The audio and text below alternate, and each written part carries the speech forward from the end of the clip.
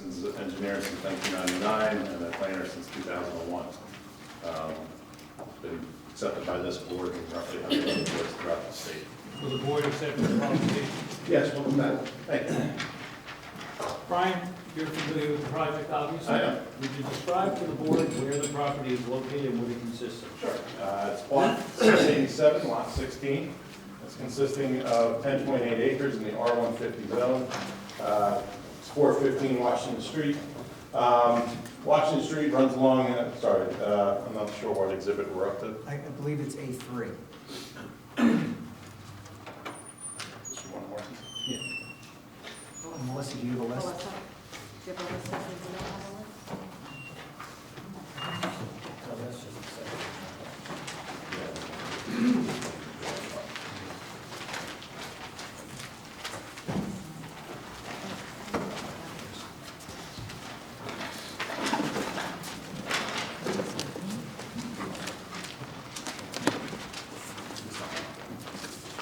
And A4 is a colored rendering of the site plan.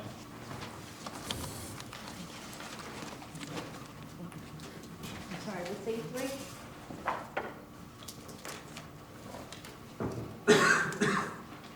I'll introduce them. Yes, you can.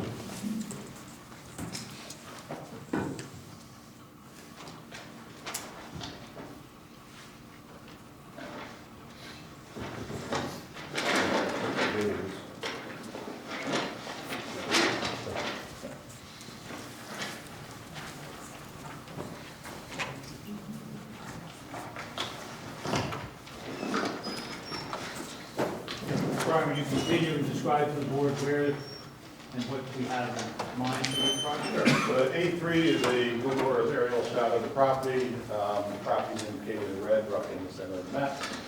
To the north, that road is Washington Street and single-family homes beyond. To the west are additional single-family homes. There's a wall that's also on the northwest corner of the property.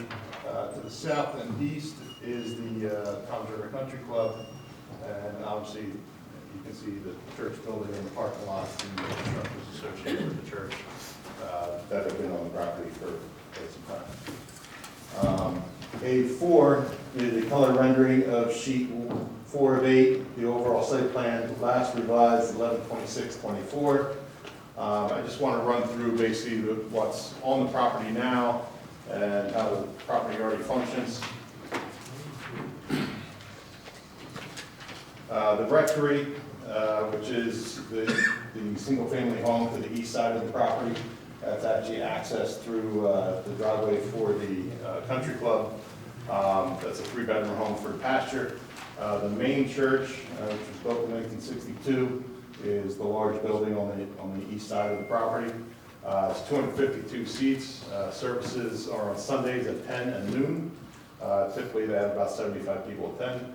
There's a small chapel with 60 seats. These are usually used for baptisms, not for Sunday service. There's a food pantry on the site Tuesdays from 9 to noon. Typically during the week, there's 3 employees on site. AA and NA meetings meet currently 2 to 3 times a day, and they range from 20 to 50 people attend those. They're currently in the basement of the parish hall, which is part of the subject application tonight.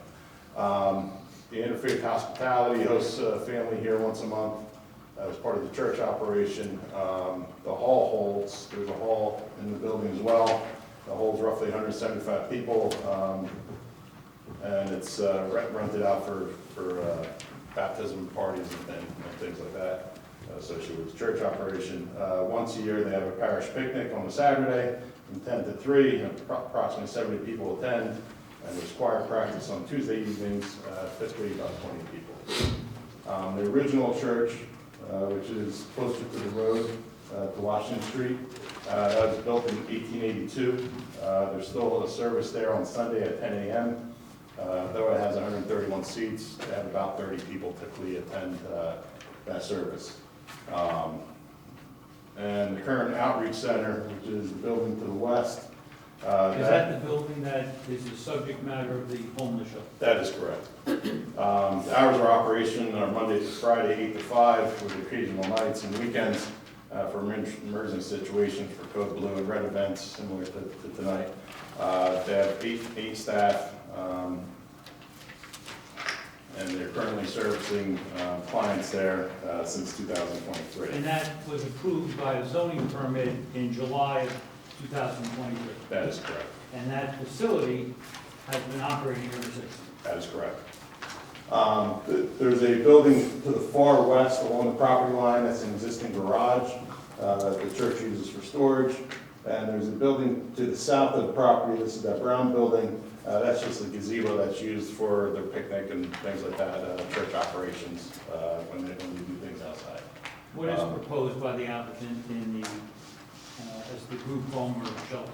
So, looking at this map, on the southeast corner of the existing parish hall where the outreach center is, there's a proposed addition onto the building, and that'll partially house the 17 beds that we're proposing for the homeless shelter. The architect has already gone over the layout of that and how that functions. But looking at A2, which is just a blow-up of that area, since that's what we're really concentrating on, you can see the access into the building is going to be on the east side of that existing building. And there's a handicap ramp that'll run up. There's outdoor lockers, and there's basically an area where they can go out and have a smoke and sit outside. Also in this area as well. You'll note that this is all kind of tucked away, kind of between the two buildings, away from any residents. And the access is also on the east side of this building, again, away from the residents, trying to keep all the function away from the residential area to the west. We're also going to be adding, right now, in front of that garage that I mentioned on the west side, basically the trash cans are out there. It's kind of unsightly, quite honestly, so we're going to be adding a trash enclosure on the northwest corner of the parking lot, so that basically we'll have very defined, clean area for trash for the facility.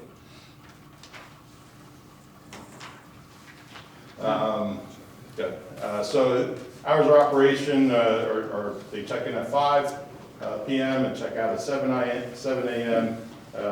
Again, the beds are for overnight use, not for they're not there all day. 17 beds total. The shelter's co-ed. No families, no children are permitted. It's appointment only. You can't just show up. Now, all of this testimony is previously provided. Exactly. It's just repeating that. Yeah. So the only thing that overlaps with the operation of the shelter is the AA meetings, essentially, and the choir practice. So there's parking-wise, as the traffic engineer has indicated, there's not an issue with parking here. At worst, it's half full typically, the parking lot. So with the evening hours, there's very little going on the property other than AA meetings and the choir practice. Sewer and water is available? Yes, sewer and water is available to the site. Stormwater, is that an issue? No, it's actually, it's not a major, because it's such a minimal amount of improvements that we're proposing. We just have a couple of storm inlets just so water doesn't get trapped in the back of the building and bring it around. So there's no major storm. Without going through the details, the parking is sufficient based on Scott Tennell's testimony, and you agree? That's correct. With regard to signage, any additional signage? No, none is proposed. Lighting? So lighting, we have some lighting along the walkways and under each structure. Again, it's going to be all down lighting and it's minor lighting along the walkway. We're not looking to light up the sun here, so it's just providing safe access into the facility. We're not looking to add any more lighting into the parking lot. It's functioned for a number of years with the lighting that's there. We're not looking to impact that. Trash I already talked about. Access to the site is going back to A3 again. There's a driveway kind of in the center of the site that comes off Washington Street. That's a two-way access, and there's a one-way access to the west of the outreach center, and they're going to remain. No trees are being removed as part of the application whatsoever. Really, it's a relatively minimal improvement to the site. Is the applicant seeking any design waivers? We are. The bulk of the waivers are associated with the minor impact of the site and really aren't applicable, and that's why we're seeking waivers.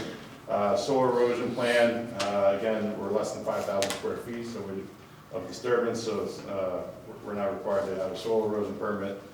Stormwater O&M and stormwater calculations, again, we're not a major project, so that wouldn't be appropriate as well.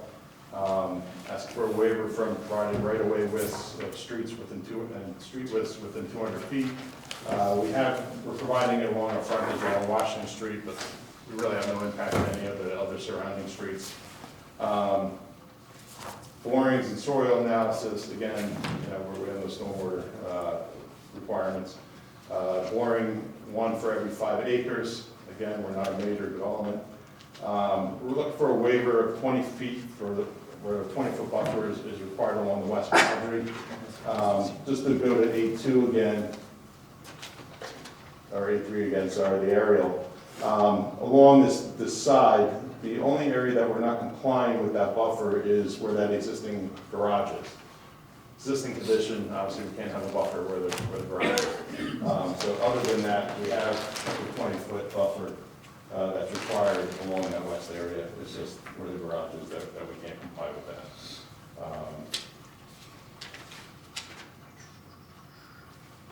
Lighting? No structure activities within a buffer. Again, it's the existing garage is in that buffer. Lighting levels of 0.5 candles, foot candles. Again, this will only really apply to the parking lot. We're not looking to redo all the lighting in the parking lot. It's been there forever, and it's functioned fine with no issues, and we don't want to bring more lighting into the area with residential development around it. And perimeter of all parking areas shall be curbed. This is an existing parking lot. There's no curbs out here. I think if we provide curbs, it's actually going to create more of an issue because it's going to focus stormwater and create a stormwater issue where there isn't one now. So I'd ask for a waiver from that. And due to the limited nature of the landscaping, we would not provide irrigation. Rather, we're only doing 5 trees out here, so we just basically provide water bags on those until they're mature enough to grow on their own. Regarding the variances, we have a variance for the parking. As indicated, 182 are required, and we have 111. Mr. Kennel basically provided all the testimony regarding the parking and the adequacy of the parking and how the requirement basically assumes that everything is happening at the same time on this property, which obviously it's not, and that it's at full capacity, which obviously it's not as well. The benefit that we have here on this property is all the uses it's built. It's been here. We now have functions. We know that there's no issues with parking here, and the addition of 17 beds isn't really going to impact the parking situation out on this property as we've discovered. Is the applicant seeking a D or use variance? We are. And what property, in what zone is this property located? It's in the R150 zone. Are homeless shelters or group homes for the homeless a permitted use? It is not. What is permitted in the R150 zone? Single-family homes are permitted. Private and parochial schools are permitted. Community residence for the developmentally disabled. Community shelters for the victims of domestic violence. Community residence for the terminally ill. Community residence for persons with head injuries. And adult care homes for elderly persons and physically disabled persons are permitted, as well as multifamily housing for both age-restricted and non-age-restricted homes. Again, there's different density requirements for those, but multifamily is permitted. Also, the ordinance states permitted accessory uses or customary accessory uses in buildings which are clearly incidental to the primary use, which these buildings are. Conditional uses in the zone are churches. Obviously, this church, well, predates any ordinance since it was late 1800s when it was established. And obviously, this area built up around the church over the past century and a half. The use that is proposed by the church, is it an inherently beneficial use? Yes, it's been established by a number of court cases that homeless shelters are inherently beneficial uses, and we're going to testify as an inherently beneficial use for the project. There are no homeless shelters in Toms River or Ocean County for that matter, and there are very few beds in all the county, hence the county is funding this project. The shelter of the homeless for the community certainly serves the public good of the community and provides those members of the community housing, promotes general welfare as it protects the homeless themselves and gives the homeless a safe location to sleep. The shortage of affordable housing, the town is actually short 670 units of affordable housing based on the assessment from the state that just came out in, this year. So with the shortage of affordable housing, that also lends to homelessness in the state and in the town specifically. With regard to this use, can you describe the nature of it and why it's being proposed? Sure. So some of the residents and some of the board members have been asking, well, why here? You know, why are we looking to put it here? There's a few reasons. This is a church. One of the purposes of the church is to provide outreach services to the community as it does today with the current outreach center, food pantry, the AA and the NA meetings, and other community activities to the needs of the community. Homeless are already familiar with the site because they come here for the outreach center. Now, when you say they come for the outreach center, the homeless people that will eventually reside here have been coming to this outreach center since July of 2023. That's correct. And they've been receiving services on a daily basis. Yes. And the only proposal now is to provide 17 beds for some of those people that are coming to the homeless outreach center every day. That's correct. So it's not different than what has been functioning up to now, other than the length of time that will remain at the site. That's correct. The site already functions as a blue and red alert facility, so it's been that for a number of years.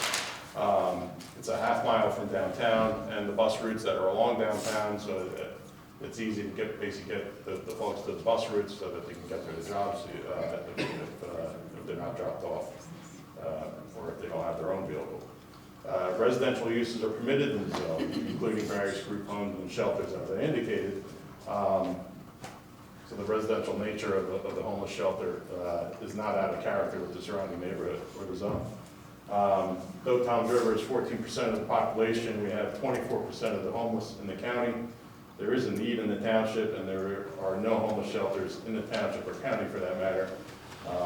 And in fact, the county, this is a project funded by the county which recognizes the need for the facility. That is correct. And, you know, we've all seen in the papers the homeless campings in the parks and under power lines and even in the garage of this facility. We know it's an issue and an urgent need for this community. There is a legitimate public need for the shelter, and no, this will not solve the homeless problem in Toms River, but it will substantially help the number of homeless. If we're looking at 17 beds a month, roughly, you know, we're talking about several hundred people that can be basically transitioned back to be housed with this facility. I would also note that the zoning ordinance has various shelters that I previously discussed that are permitted in the zone. Even animal shelters are permitted in certain zones, but homeless shelters conspicuously are not permitted in any zone in the township. Looking at the Sika case, we are... Now, when you say the Sika case, Yes. just so the record's clear, you're referring to Sika versus the Board of Adjustment, New Jersey Supreme Court case, is that correct? That is correct. 127 N.J.A. 152, 1992. Yes, sir.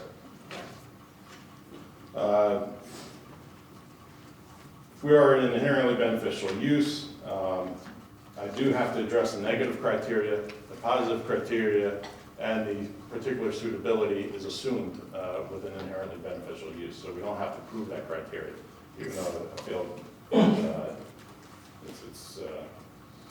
it is applicable.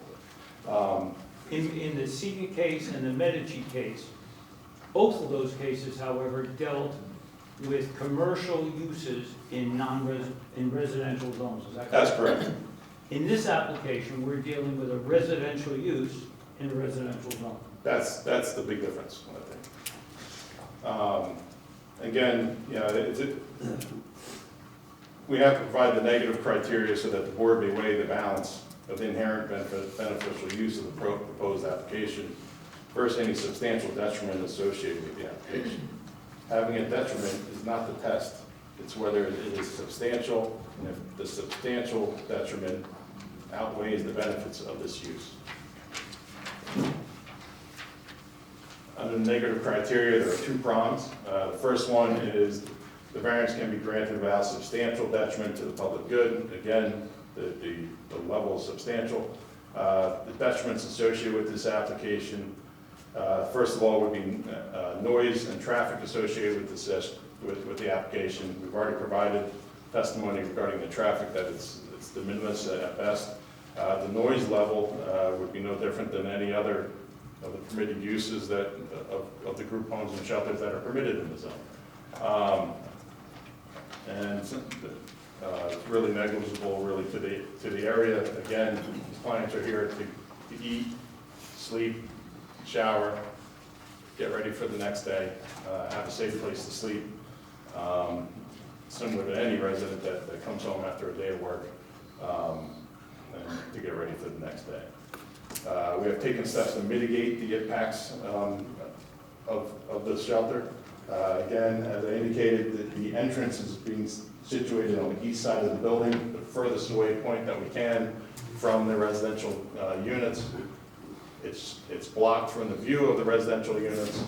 The outside, the locker area and the little gazebo, both those are basically hidden behind the building between the old church and this addition as well.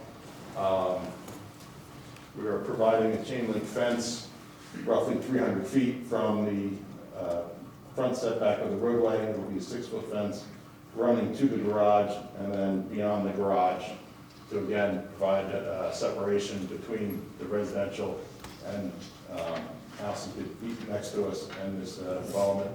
And obviously, if the board desires, we can provide additional buffering along this area as well. But again, we have 20 feet with the exception of where this garage is. The AA and NA meetings currently held in the building, again, roughly 12 to 50 people attend those meetings depending on the time of day that those meetings are. And they're no longer going to be held in the basement of the building. So that many people coming there 3 times a day is now going to be moved to the main church area rather than in this building. So again, we're drawing those people away from being that close to the residential area to the west. The site is compatible with the surrounding uses as it is a residential use. The community has grown around the church since its initial construction in 1882. The surrounding residential community is certainly used to the traffic and noise of the site. And as I indicated, we're actually going to be reducing some of the impact by relocating the AA and NA meetings. And the addition of 17 beds for the homeless will be negligible in the terms of noise and traffic, especially since they've been used to the shelter and also the emergency use of the shelter and the other uses that have been going on with the outreach center during the daytime as well. So we've tried to mitigate any impact that we're going to have on the surrounding area. In your opinion, should this have any negative impact on the surrounding area? I don't see any real negative impact on the area. The only other impact that I see beyond the noise and traffic, which associated with the project, could be an impact the property values of the adjacent homes.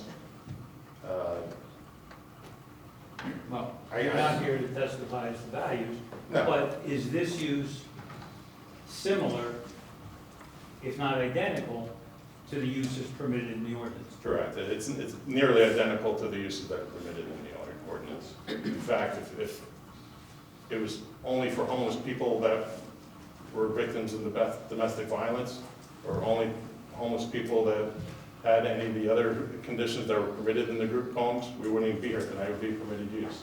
So, for example, if the church said, instead of this being a shelter just for 17 homeless people, we will have it for 17 homeless people that are developmentally disabled, and they have to be developmentally disabled, We wouldn't be here tonight. it would be a permitted use. Yes, In your opinion, do the benefits outweigh the detriment? they do. Is there any level of substantial detriment? I see certainly not a substantial detriment, and certainly not a detriment that rises to the level to overcome the positive, inherently beneficial use of the property. So I agree that it's my professional opinion that the benefits of the project will substantially outweigh any detriment associated with the project. Looking at the second prong of the negative criteria, the variance would not substantially impair the intent and purpose of the zone plan or master plan. The zone and master plan permits churches and community residents for developmentally disabled, community shelters for victims of domestic violence, community residents for terminally ill, community residents for persons with head injuries, and adult care homes, and elderly persons, and physically disabled and multifamily. Obviously, the zone contemplated having shelters, contemplating having group homes. This is a shelter, no different than the functions of the other uses as far as time-wise and access, except it'll actually be less time than the group homes would be because they're not going to be there all day. They basically have limited hours, basically the evening hours, waking up in the morning and leaving the facility. Given that the use is permitted in the zone and the housing of people is permitted and contemplated in the zone, I see no impact. So the question isn't the residential nature, but rather can it accommodate the 17 beds for the homeless, which we've demonstrated that it does. The traffic is an impact. Sewer and water is readily available. The site already services the homeless with the outreach center. It's no different than most of the permitted uses, it's just not 24/7. And also, you're not gonna have situations where you would have guests coming over or birthday parties or holiday parties, as you would with other permitted residential uses on this property. So it's actually less of an impact to the surrounding areas. As previously testified, the traffic and utility impact is negligible and can easily be handled by the existing road facilities and the utilities. In reference to the case of St. John Evangelical Lutheran Church versus Hoboken, it was held that the homeless shelter is an ancillary use of a church. Sheltering the homeless and caring for the poor has consistently been a church function carried out by over the centuries. It is amongst one of the basic mandates of the Judeo-Christian heritage throughout history that churches have carried out the biblical mandate to aid the poor and the helpless.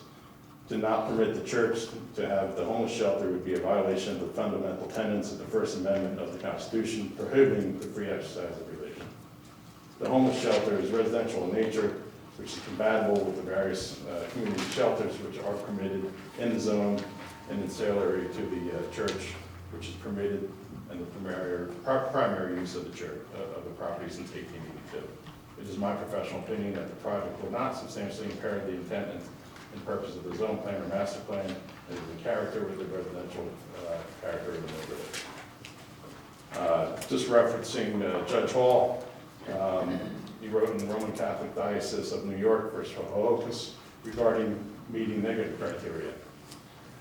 Regional, or for that matter, local institutions generally recognized as serving the public welfare are too important to be prevented from locating on available appropriate sites subject to reasonable qualifications and safeguards by the imposition of exclusionary or unnecessary onerous municipal legislation enacted for the sake of preserving the established or proposed character of the community, or some portion of it, or to further some other equally indefensible parochial interest.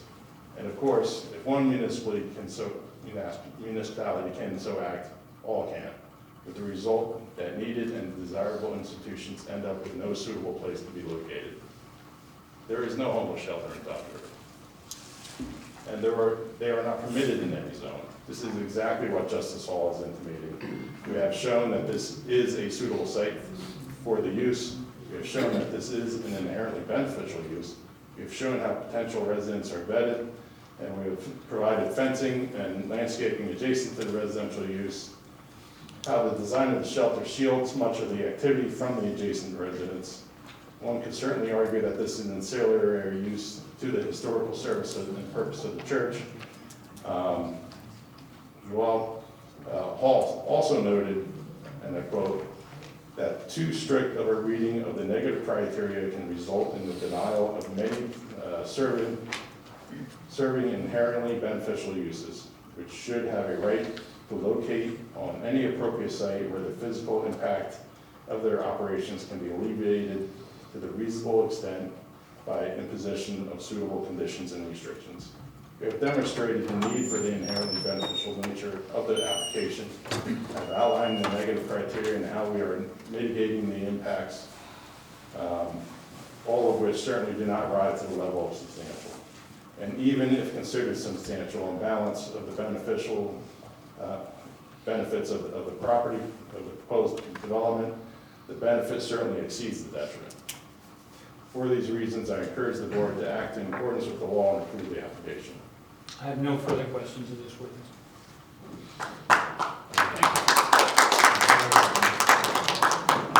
Mr. Gazarovski, you're up. Thank you. Good evening.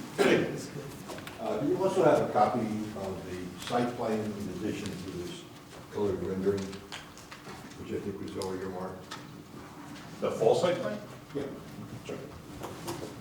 It's right here, isn't it? No. That's a different project. Well, you can cross-examine on that project. Maybe I'll do better with the other project. Thank you. Has this been marked in evidence? No, it's part of the It's part of application. the application.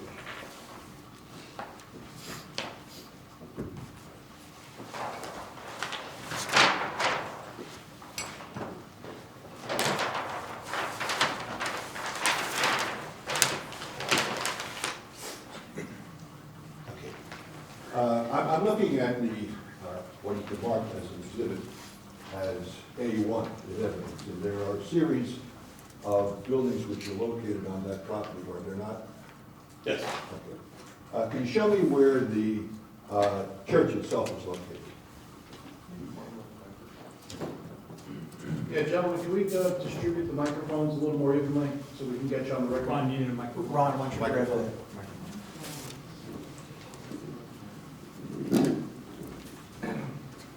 Okay, let's take a look at one that's been marked as A4 in evidence. Yeah, the main church or the original church? Let me ask a question again. You asked me about the church, the location of the church. Okay, we're looking at A4, are we not? Yes. Now, does this site, or does this marked in evidence reflect all of the existing buildings which are located on the subject property? Yes, sir. Okay. Now, you refer to the church itself. Where is that located? The original or the? The existing church. Well, there's two existing churches. Okay, the one which is the main church. The main church is the light blue church roughly in the center of the plan. Okay, and that is identified as the name of that church being what? It is Christ Church of Township. Okay, and that is the main church, the main sanctuary, and I guess services are conducted there on a weekly or daily basis. Yes. Okay, now is there a second church on the site? Yes. And where is that located? That is the church that's the building that's closest to the road. Okay, and that building is, what is it, it's east of the building which is the subject matter of this application. That is correct. Okay. East of the, what's labeled as a parish hall. Okay, fine. Now, these are two identified houses of worship, are they not? The two houses of worship. Yeah, two identifiable houses of worship. Yes. Is there any other house of worship located on that site? They are the houses of worship. There are only two houses of worship located on the site. Yes. Okay. Now, when I look at the plan referred to in the site plan, with regard to the subject property, it is identified as being a building that contains the existing outreach center, does it not? Yes. Okay, now, is there any services conducted in this building that relate to the Christ Church, which is also located on the property? Yes, we have the outreach center on the property in that building. That's the outreach center, but Yes. that is not the... That's providing service to the community. It provides a service to the community. Yes. I understand. Now, with regard to the application itself, the applicant is named as the Christ Church, is it not? Yes. But they are not operating the outreach center, are they? No. That is separate and independent of the church. No. It's a function of the church. It's a function of the church? The church is having a different, basically management company run that. Run Okay. that. Now, have you discussed this issue with the church? Do you know whether or not there is in fact a contract between the church and the outreach center? No. I'm the Objection. engineer. No. What? I'm the engineer now. Do you have any knowledge of a lease between the Christ Church Objection. and It's the outreach beyond- center? Mr. Gazarovski, I know you've asked this question of the other witnesses. It was really appropriate for Miss, and I forget her name, who was the operations manager. That was the person that you asked, and that's outside the, I think, the scope. Well, she of the testified, planner's- I'm sorry. Hang on one second. I think that's outside the scope of the professional planner's testimony. But, Right. okay, she testified, I believe, that she had no knowledge of any lease between the church and the outreach center. Okay. She had no knowledge of any contract between the lease, between the outreach center and the church. Okay. But he is testifying as a planner. I think it's a proper question for me to ask him whether or not, to his knowledge, there's an existing lease or contract between the outreach center and the church. Well, I think you just answered it, and I think we need to. His answer, no? You have no knowledge? I have no knowledge. Do you have any knowledge of any activities conducted within this proposed building that relates to the church itself? Sure, they have the AA and NA meetings there, and currently, and obviously the outreach center. It's the outreach center. But is there any activity which is specifically connected with the church that is operating within this facility? The NA and AA. What's that? The NA and AA meetings. Alcoholics The outreach Anonymous center. meeting? Yes, What does that have to do with church? it's the service that a church provides to the community. It's pretty common. Did you prepare the notice which was submitted with regard to this application? I did not prepare the notice, the attorney prepared. Did you review it before it went out? I don't recall. Okay. Now, can you tell me, if you can, the approximate distance between the outreach center and the church?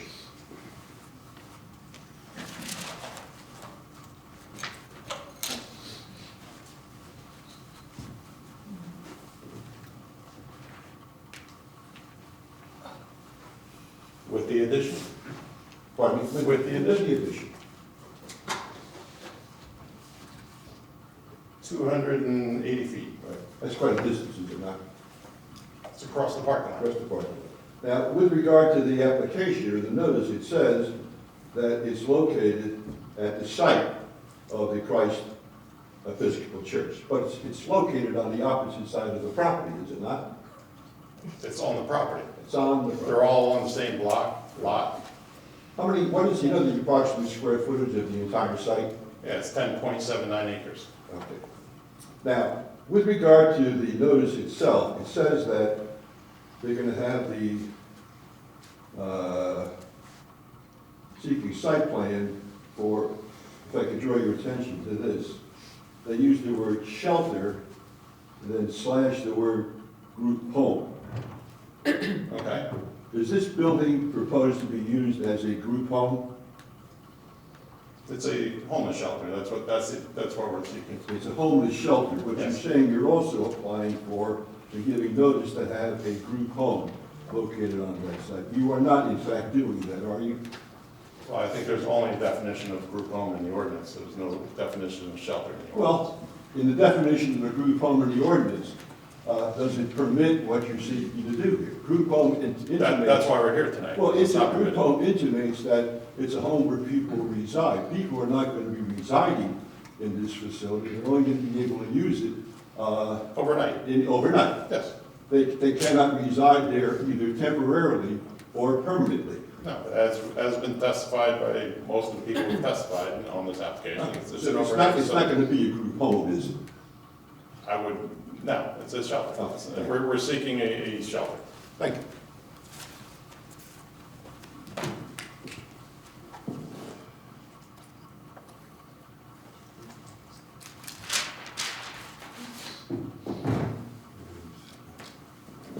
Now, you made reference to the well-known case, it's called St. John's Evangelical Lutheran Church. Have you read that case? Yes, Are you familiar with the facts of the case? most of them. Not all of them, just most of them? I've read it, I don't know, I I don't know I'm about only it. joking. Gentlemen. Mrs. Sweet is very good, but she can only take down one person at a time. I understand. So let's please be careful not talking over one another. Okay, but you have in fact read the case, have you not? Yes, Now, is it not so that in that particular case, the people who were going to be utilizing it as a homeless shelter were congregants of the church? yes, they're congregants of the church. Okay, so in this particular case, Christ Church is not going to allow these homeless people to utilize it either as a shelter in any other way connected with homeless people. I think Christ Church welcomes. Pardon? I believe Christ Church welcomes anyone to come and to services. Okay, well, if they welcome anyone, why aren't they then coming before this board and saying, we are going to locate this homeless shelter within the confines of Christ Church if they are so welcoming? Why are they not doing that? They are. Oh, in other words, homeless people will be able to sleep also overnight in Christ Church? No, this is the Christ Church application. All these buildings are associated with this church. Okay, let me This is go. a church facility, this entire facility here. Let me take a step back, okay? Sure. Right here, we have a building which is located called Multi-Story Frame Building Church. That's where the Christ Church is located. The sanctuary and the offices, yes. They have the ability, do they not, if they want to have this shelter for people to sleep overnight in either the basement or a part of a church, do they not? I don't know that. Have you ever gone into the church? Yeah, I don't know whether it meets any codes, I don't know. Do you know what the approximate size of the interior of the church is? No, not off the top of my Does head. it go down into the basement? Yes, Okay. Can you put beds in the basement? I don't know. I don't know whether it meets any of the codes. Okay, well, this doesn't mean any of the codes as well, does it? Well, it will. It will, it doesn't right now. No, that's part of the Well, application. they could in fact add an addition onto the church and confine it all to the church itself, but rather they would just simply want to keep these people over 200 feet away from the church. Well, we could put it anywhere on the property.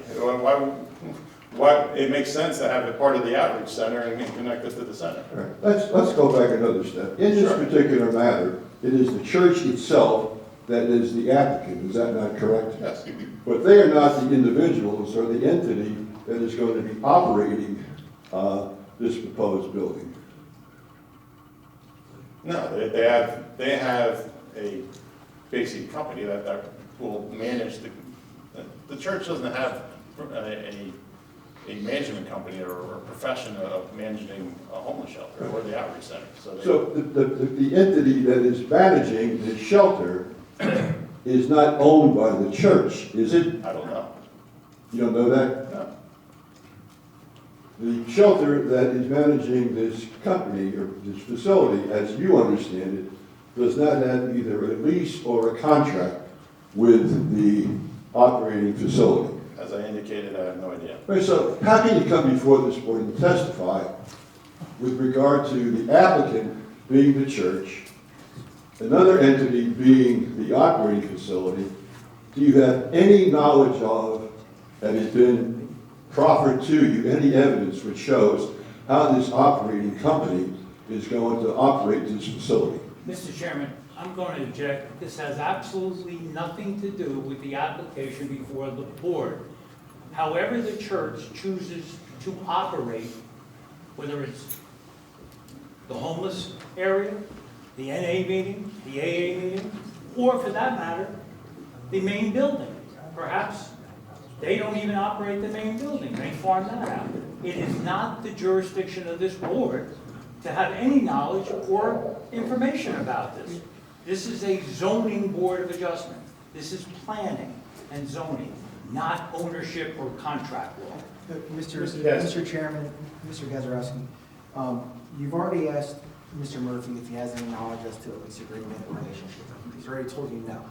So, and that question is already outside the scope of his direct testimony.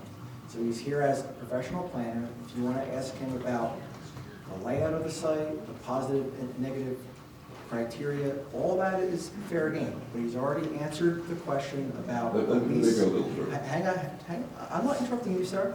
Please, okay? But we're already past that, okay? Please. Be careful. I don't know, be careful Yeah, about don't that. trust that. That'll be the end of the meeting. Having said that, what is your understanding of what the word applicant means with regard to an application? Mr. Chairman, I'm going to object. That's a legal question. He has no capacity to answer that. I'm in agreement with Mr. Gazarovski. I mean, You're familiar, you're a pretty well-respected planner, are you not? Possibly. You are. Now, have you appeared before boards, for example, where there was an application for the placement of a facility located within a shopping center that's owned by, let's say, ABC Corporation? Sure. Now, isn't this really identical to that? Objection. Again, this is not within the jurisdiction of the board. It is beyond the scope of the direct testimony, and it's irrelevant.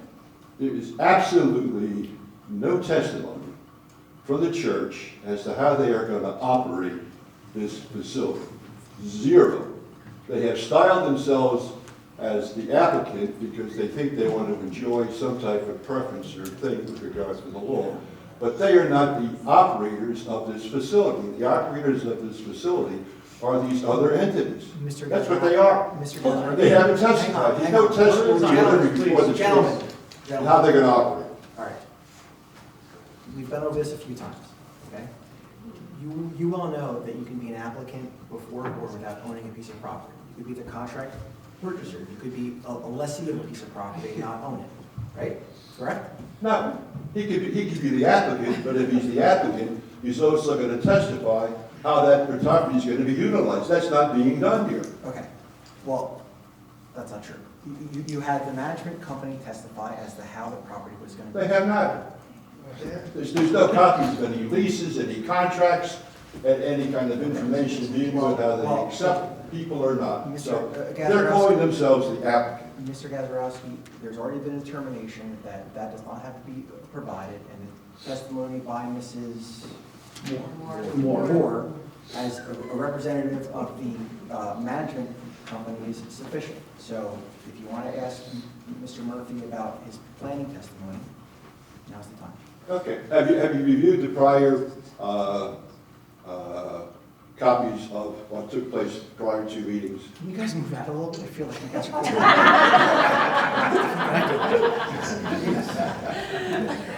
Yes, I was here for the, not for the transcript, not for the previous meeting to this, but the prior meetings, I was here. Sure. There were two meetings prior to this that were valid meetings where testimony was given. Yes. Were you present for those hearings? I was here for the traffic engineer, I was here for the architect, I was not here for the reverend. But you were not here at the first meeting when a representative of the entity that was going to be running the facility gave testimony. I was here for that. You were here for that? Yes. Okay. I was only not at the last meeting. Okay. for reference. Now, with regard to December your 12th. testimony, Yes. was there any testimony whatever as to how this entity was to be managed and run? Objection. I don't care how he asked the question, it is beyond the scope of the direct testimony. We had 3 hours of testimony from the affordable housing, Randy Moore. This is not his sphere of testimony, nor his expertise. But he has to rely upon that to give finding testimony. No, he does not. Okay. How and when and who pays the bills is not his concern. His concern is, he's been given testimony by Randy Moore on the record, how it would operate. That's his planning testimony. Who gets paid, how much they get paid, I don't with, understand but can I finish? Is that a problem that. Go for right you? ahead. Who gets paid, how they pay, whether affordable housing pays the Episcopal Church or the Episcopal Church pays affordable housing. It's irrelevant. That's not within the jurisdiction of this board. That's his position. Let's go on beyond that. We referred to that one case, that was St. John's Evangelical Church, whatever it may be. And you would acknowledge, do you not, that that facility, when it was approved, permitted the utilization of the church property by congregants of the church. That's in the agreement, and in the report, in the decision, is it not? Yeah, we discussed that. And also, with regard to that, they conducted those facility uses within the church itself. Yes. Now, in this particular case, the church is in fact able to do that within the confines of Christ Church also, are they not? It was also a much smaller property. It Pardon wasn't, me? I believe it was a much smaller property. It doesn't have the acreage that this property does. What does the acreage have to do with the use of the church? It depends. If you have nowhere else to put a shelter but in the church, then it does make a difference. Oh, I see. So in other words, if you're not able to put a shelter in an area outside of the church, but you can't put it in the church, you have to put it outside of the church. No, of course not. Now, we've testified the reason why it makes sense to have it here is because we already have the outreach center here. So they work hand in hand. Okay. Now, you were present, you said, with a representative from the outreach center gave testimony, were you not? Yes, sir. Did you, listening as a planner, did you understand completely how this facility was going to operate under their auspices? Yes, based on their testimony, yes. Right. Did they produce any evidence with regard to Mr. Gazarovski, you're asking the same question. the material? I'm sorry? Mr. Gazarovski, if you're going to ask about a lease agreement or a contract, you need to move along, please. He's a planner. He has to review all of those things and say why it's justified. He's already This isn't a said, permitted use. he's already said that he hasn't reviewed it. He hasn't seen it. Mr. Murphy just gave a half hour or so amount of testimony. Can you please cross-examine him on what he just said? I believe that you indicated that Ms. Moore indicated that she's not aware of any agreement. What's that? Didn't you indicate that Ms. Moore is not aware of any agreement? She's not aware of any agreement. So how would I be aware of any Well, agreement? maybe they showed it to you. Mr. Chairman,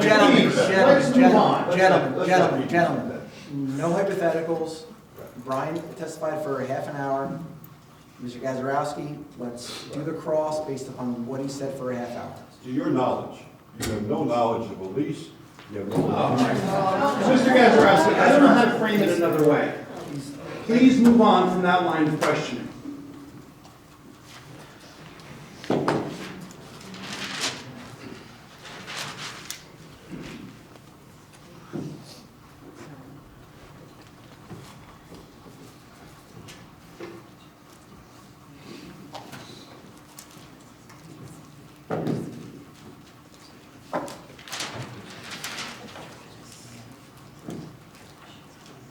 Do you have any knowledge of any activity conducted in this proposed building that is connected with the church? Mr. Chairman, he's already asked and answered that question 4 times. Well, then, I've never heard him give me a clear answer. Do you not have any knowledge? Again, yes. What's the knowledge? Sure, they have AA, NA meetings also, and then also the outreach center. Okay. Now, with regard to AA and the like, was that put forth in the testimony of the user when they first came before the board, at the first hearing? I don't recall. With regard to the other aspect of it, do you have any knowledge of any member or officer or member of the clergy that is in some way connected to the activities in this building? I'm not sure who runs the AA or NA meetings. I have not been to either. Okay. I'm understood.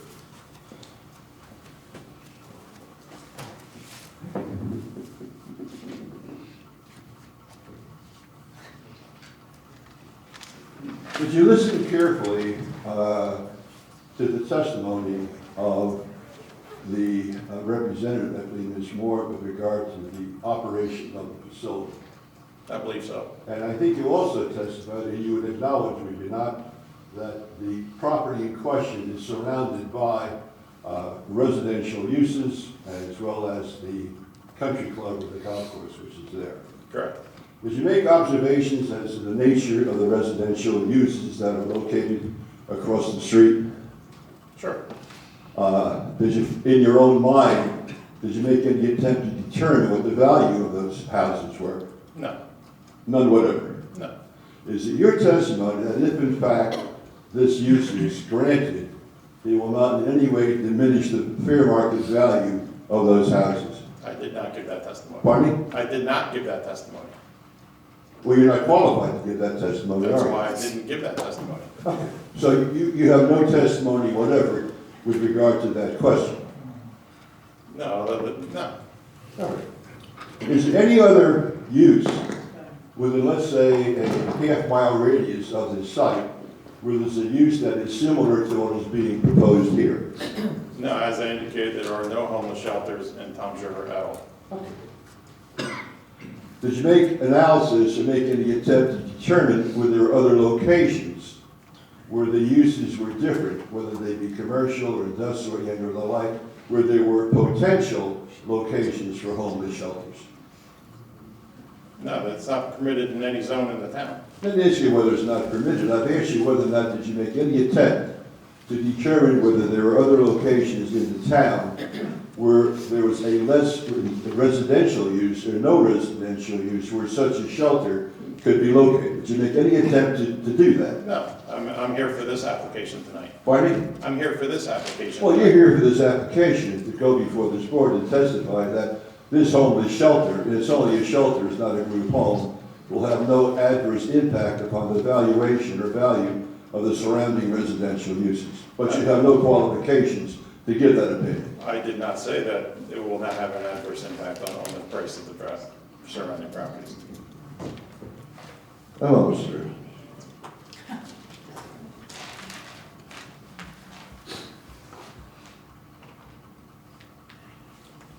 And you say you were not present at the last hearing when I believe a member of the clergy from another church gave testimony. That's correct. Did you read that transcript? I did not. Okay.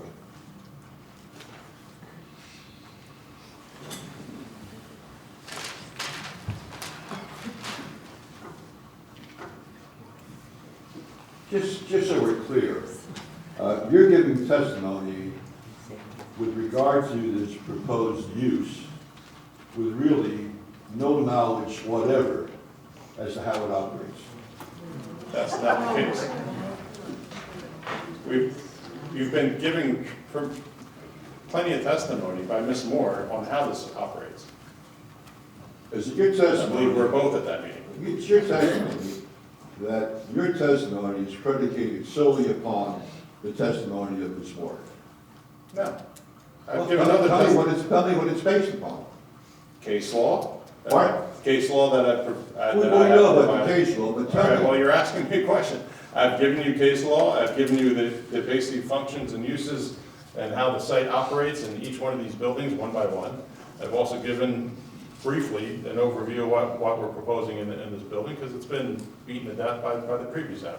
With regard to case law, you're relying upon that St. John's Evangelical Church, correct? No. Let's talk about tell me what it is you're relying upon that's in the record for the basis of your testimony. Now, I believe you testified that you've given no thought to what impact this project will have upon the surrounding residential homes, correct? Of course I have. What is your opinion? I gave it in my testimony, Yeah. and the negative impacts of noise, traffic, and possible Well, impact. tell me what you based on. Can he answer the question? Gentlemen, Mr. Gazarovski, you asked him a question, he was in the middle of Tell me what you based it on. Hang on, he's in the middle of the first question we asked him, so let's just go one at a time. Let's go first, evaluation. You're not an appraiser, are you? Objection. He's answered that question 17,000 times tonight. He is not discussing the value of the property. Period. You just said he was. He's testified. Ron, you're just not listening. Quite I am frankly, listening, You're okay. not listening. All right, He gentlemen. discussed- Gentlemen, let's all agree that Mr. Murphy is not an appraiser, and he's not going to testify as to the valuation of property. Hang on one second, okay? So, I think he was in the middle of an answer, if he can remember what the question was. Go ahead, Mr. Murphy. The answer to the question is that, is it your opinion that you have no opinion to give in regard to whether or not you know that has an impact on the value of those residential homes? Again, I haven't done an appraisal of this property. I'm not qualified to do an Okay. appraisal of Excellent. surrounding towers. I'm almost through.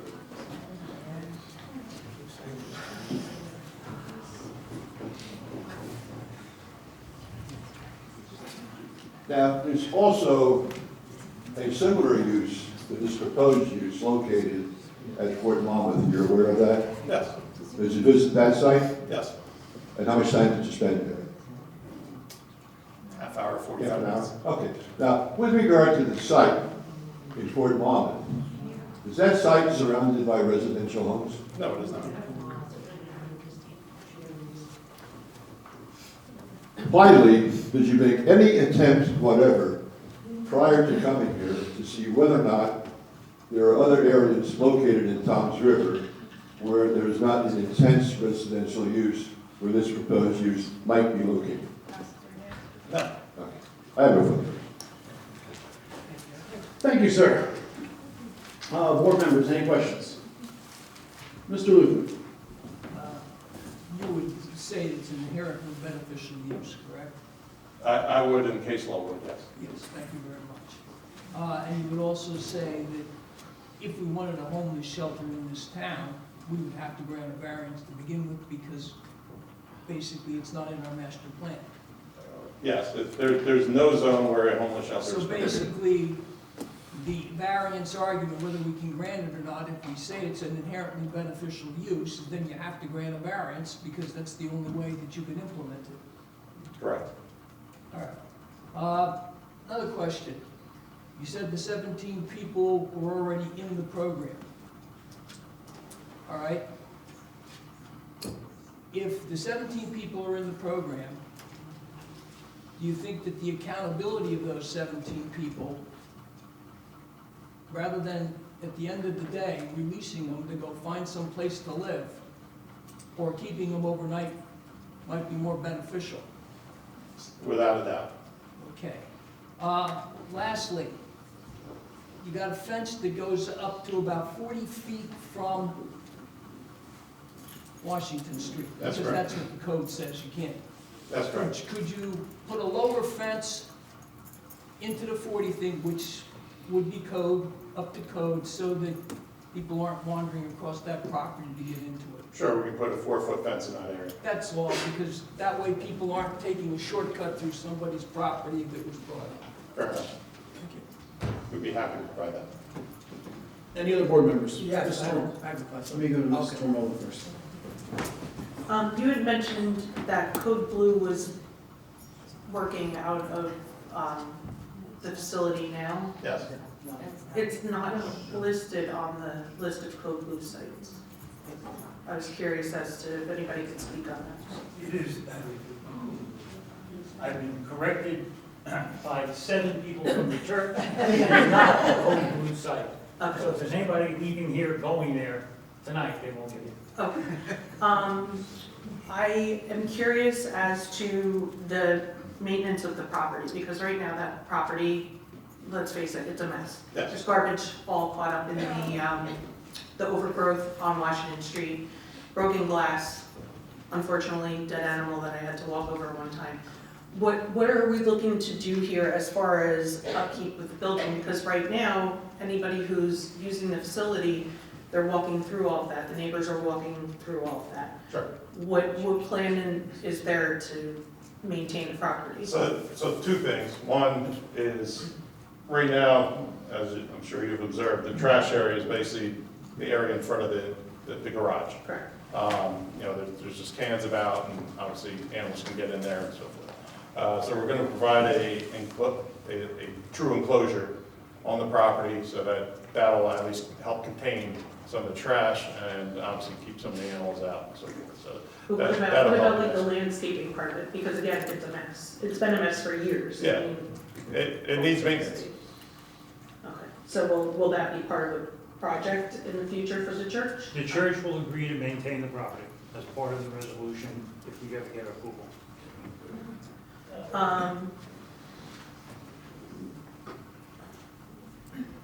How many, I know we've talked about this and because the meetings have been so spread out, if you can just roughly, I don't know if you know, how many homeless people are in and out of the center right now as it, I don't know that number off the top of my head, the exact number. okay. And just again, for my own clarification, this is an R150 zone. A group home is obviously for longer term use. Correct. The church can use it for a homeless shelter if this board should approve that.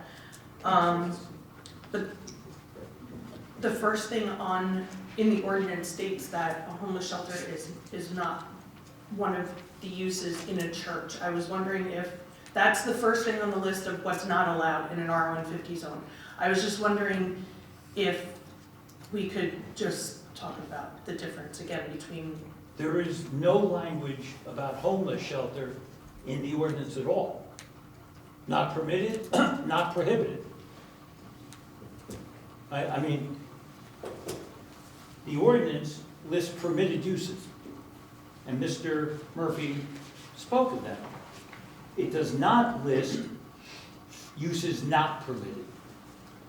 So you get permitted uses, permitted accessory uses, conditional uses.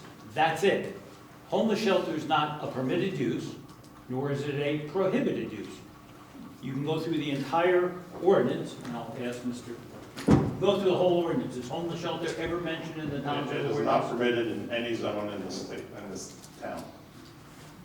all right, like I said, I just wanted to verify for myself that we are all on the same page Yeah. right now. Yeah. Between the difference between a group home and that setting, Sure. and the difference between that and a shelter at this point, and what the church is allowed. But there are shelters that are permitted in the zone. Okay. A battered woman, basically a domestic violence shelter.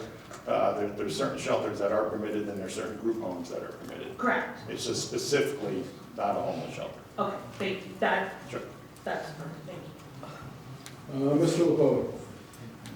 One of the questions I had in my mind was whether there was going to be fencing along the property, which you did answer. Sure. That there's going to be a 6-foot chain link fence going to and beyond the garage.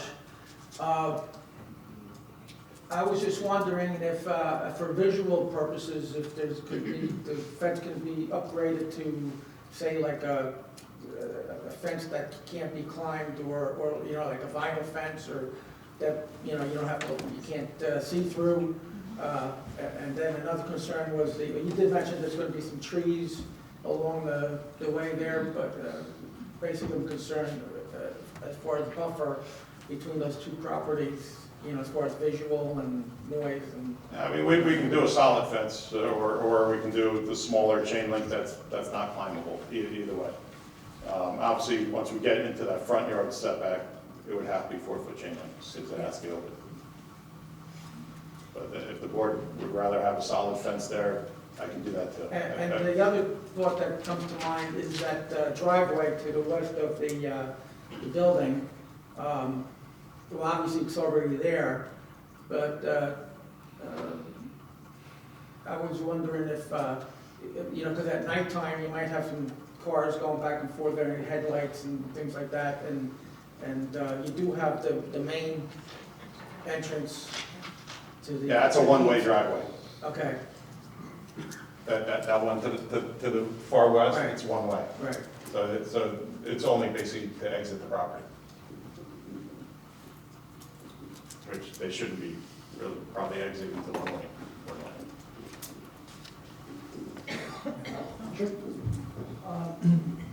The property itself, is the golf course residential or commercial? I guess it's commercial use. So basically, on two sides, it's surrounded by commercial use, Correct. even though the golf course is in the residential zone. But yeah, there's a golf course on the east side. South and east side. Yes. Board members, anything else? Mr. Weiser? Thank you, Mr. Chairman.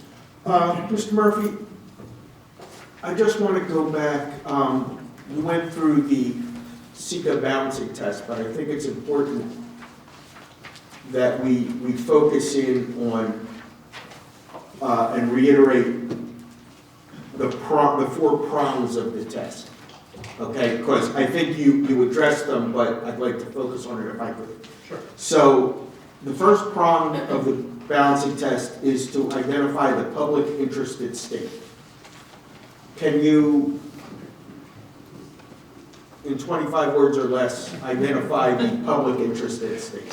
Well, I think that the inherently beneficial use of the property is the public interest at stake. So the public interest is having homeless housing, providing homeless somewhere to go and to be housed, and obviously satisfies that issue. Okay, and you said there's a lack of homeless shelters in Toms River. Did you also extend that to the county? I don't Yes. remember. Okay.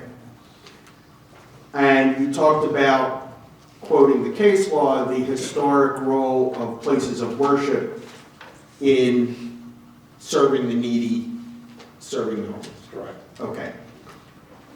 The next prong is to, excuse me. You started off when you described the expansion, you said there was going to be outdoor lockers? Yes. What are they for? Basically, Ms. Moore testified to this as well, but they're not, the clients that come in, they're not allowed to bring their backpacks or anything in with them. That has to stay out. So it's their personal items that would not otherwise be permitted inside the confines of the shop? Okay. Yes. The next prong of the CEQA balancing test is to identify any negative consequences of the grant of the variance. Yes. You spoke to noise, traffic, you said there weren't any other. You spoke to it would be no different than any other permitted uses in the zone, especially the permitted group homes, is that correct? Group homes and shelters that are permitted in the zone. Okay.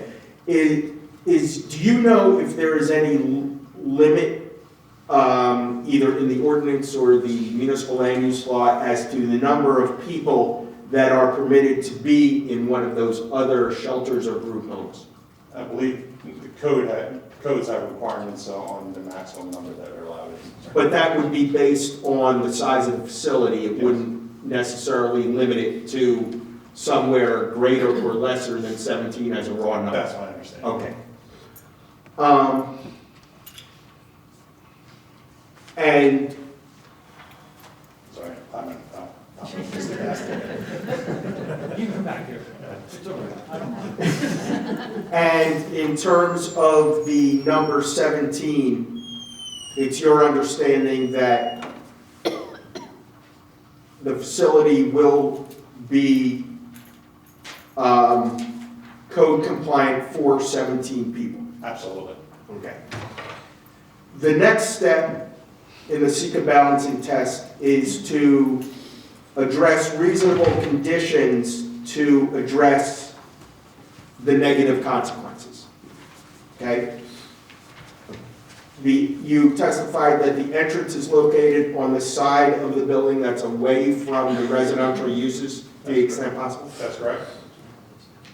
We talked about the 6-foot chain link fence.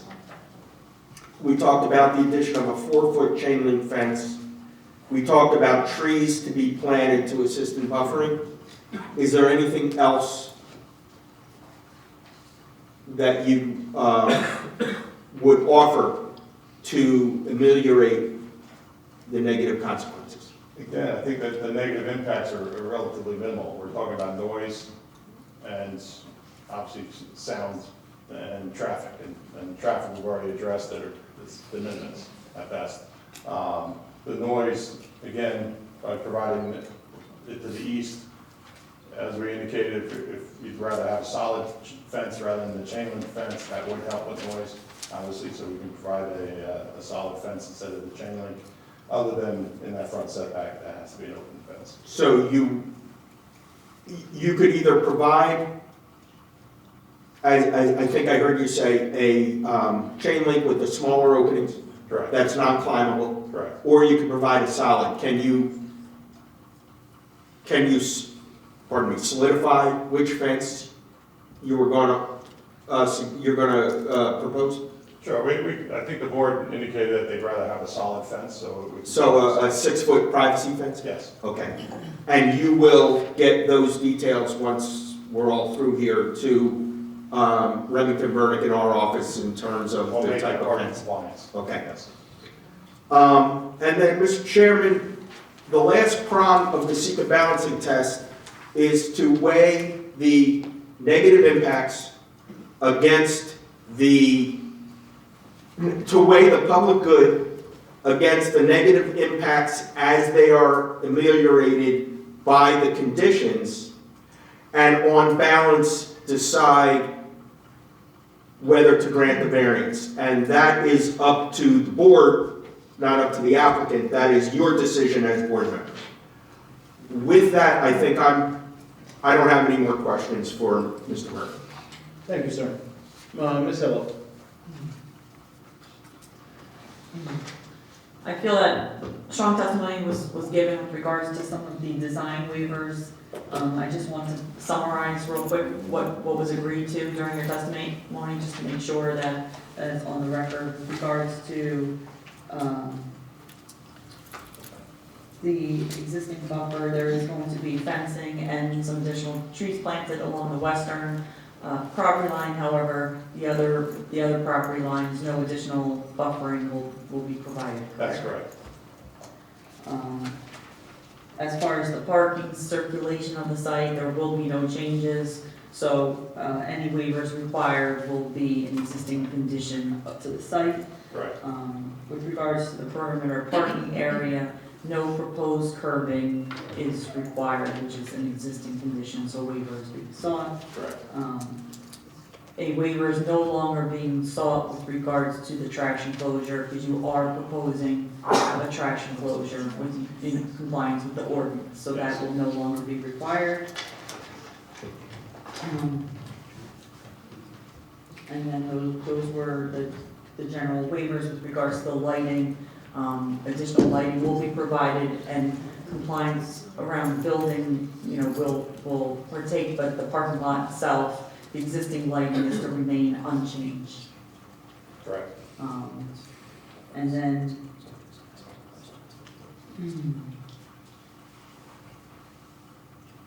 those were the only waivers that I had noted. I just wanted to make sure there was a clear record of what was being requested, and that's all I have. Thank you. Mr. N.J.S.A. Nothing, Mr. Chairman. Okay.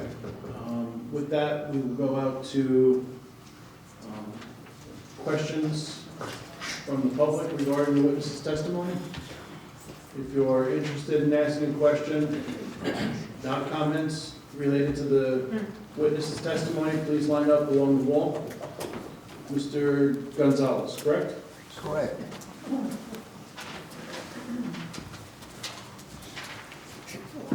Hello.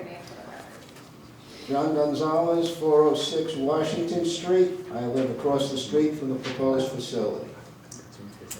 During your testimony, you indicated access to the west.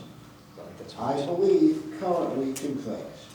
There is access, there are doors on the south, and there is a door on the west. I also believe, if I remember correctly, that the security of the dormitory facility will be located at that western access door. Am I correct or incorrect? Did I misunderstand something? Previously testified? The east access is where the main entrance is. That's the main entrance. Yes. But there is an egress to the south, and there is an active egress to the west. Correct. And That by fire code, as testimony was provided, they have to remain for fire code. They're not entrances, they're exits. Okay. And if I wanted to go out and get a smoke, I wouldn't go, oh, I don't want to put words in your mouth. I wouldn't go to the second floor to walk out the building. I would walk past my security people on the west. No, they're required to go out the main entrance again. Got it. Okay. It was also testified. Sir, can you use your microphone? Oh, excuse me, I apologize. It was also testified that basically the homeless shelter applicants will vacate the structure at about 7 o'clock in the morning, and they will not be there. Again, I believe from previous testimony, it was indicated that if these people had no place else to go, what they would do is they would go to the rooms, facilities, whatever else on the second floor. Did I misunderstand something that was previously said? No, that's not the case. The only people that are staying in this building overnight are the 17 that are vetted and pre-approved to stay in the building. And That's if it. these people, these 17 overnight residents, have no place to go, in the following morning, they walk out the door, it's their problem. No, that, I believe testimony was provided that they're not just cut loose. Basically, that they have them in programs that, Okay. that are a part of the project. Within that building, Sometimes, yeah. sometimes. Or they might be going to their job, or job interviews, you know, it's, Okay. And I'm just curious as a matter of procedure. When it was asked, about the conditions at different facilities, it was objected to by a client that's got nothing to do with this application. However, it is being cited that in Hoboken or in New York, this is the way things happen, and that is applicable to this application. well, what's applicable is the use. The use. Okay, that's fine.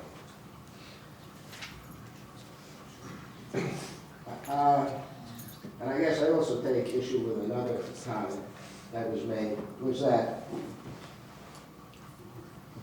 AA and NA are a function of the church. Sure. That is, I believe, inaccurate. The Objection. church, He has the right to ask questions, not testify. basically, the church provides the space for AA and NA meetings. Yes, it does.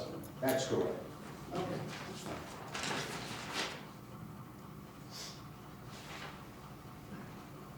And the board member asked a good question over here.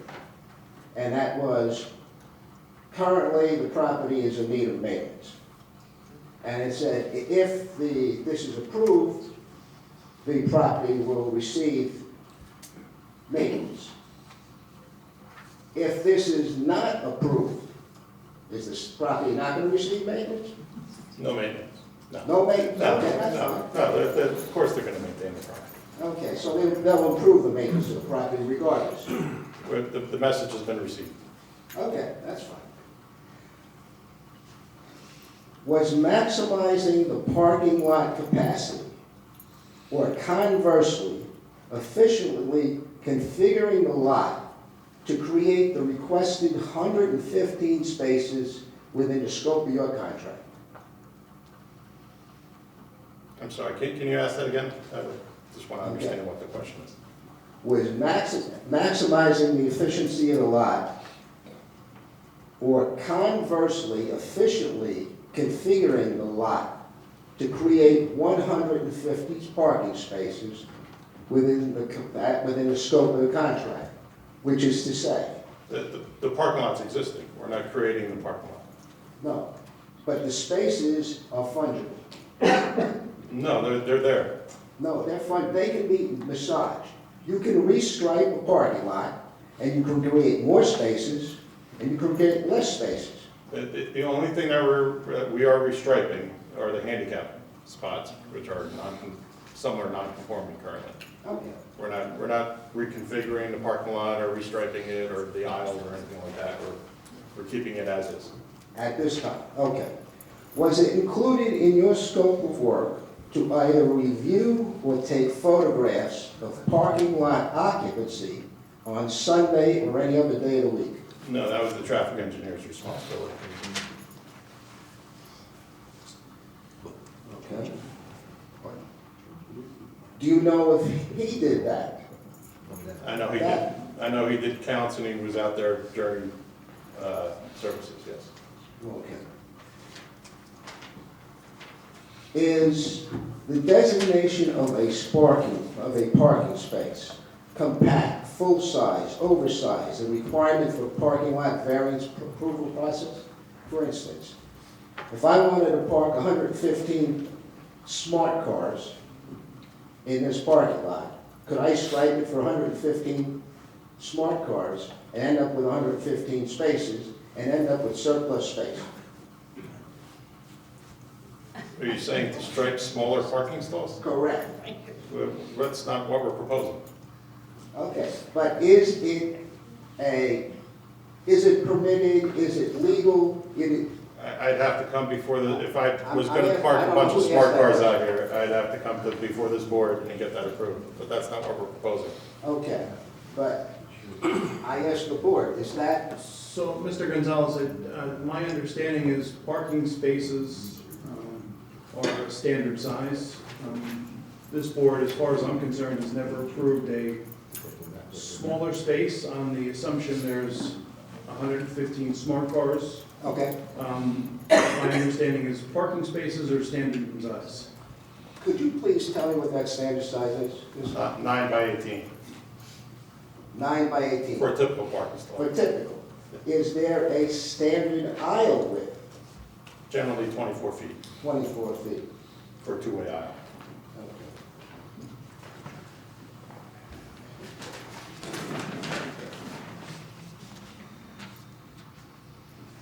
Okay. What was the purpose of seeking a variance at this time for a condition that apparently has existed possibly since the lot was constructed and has no apparent impact on a 1,000 square foot structure? What are you referring to? Well, the parking lot I counted was about 111 plus spaces, depending if you want to count vacant space. You're looking for a variance that says instead of 183, we want 115. Okay.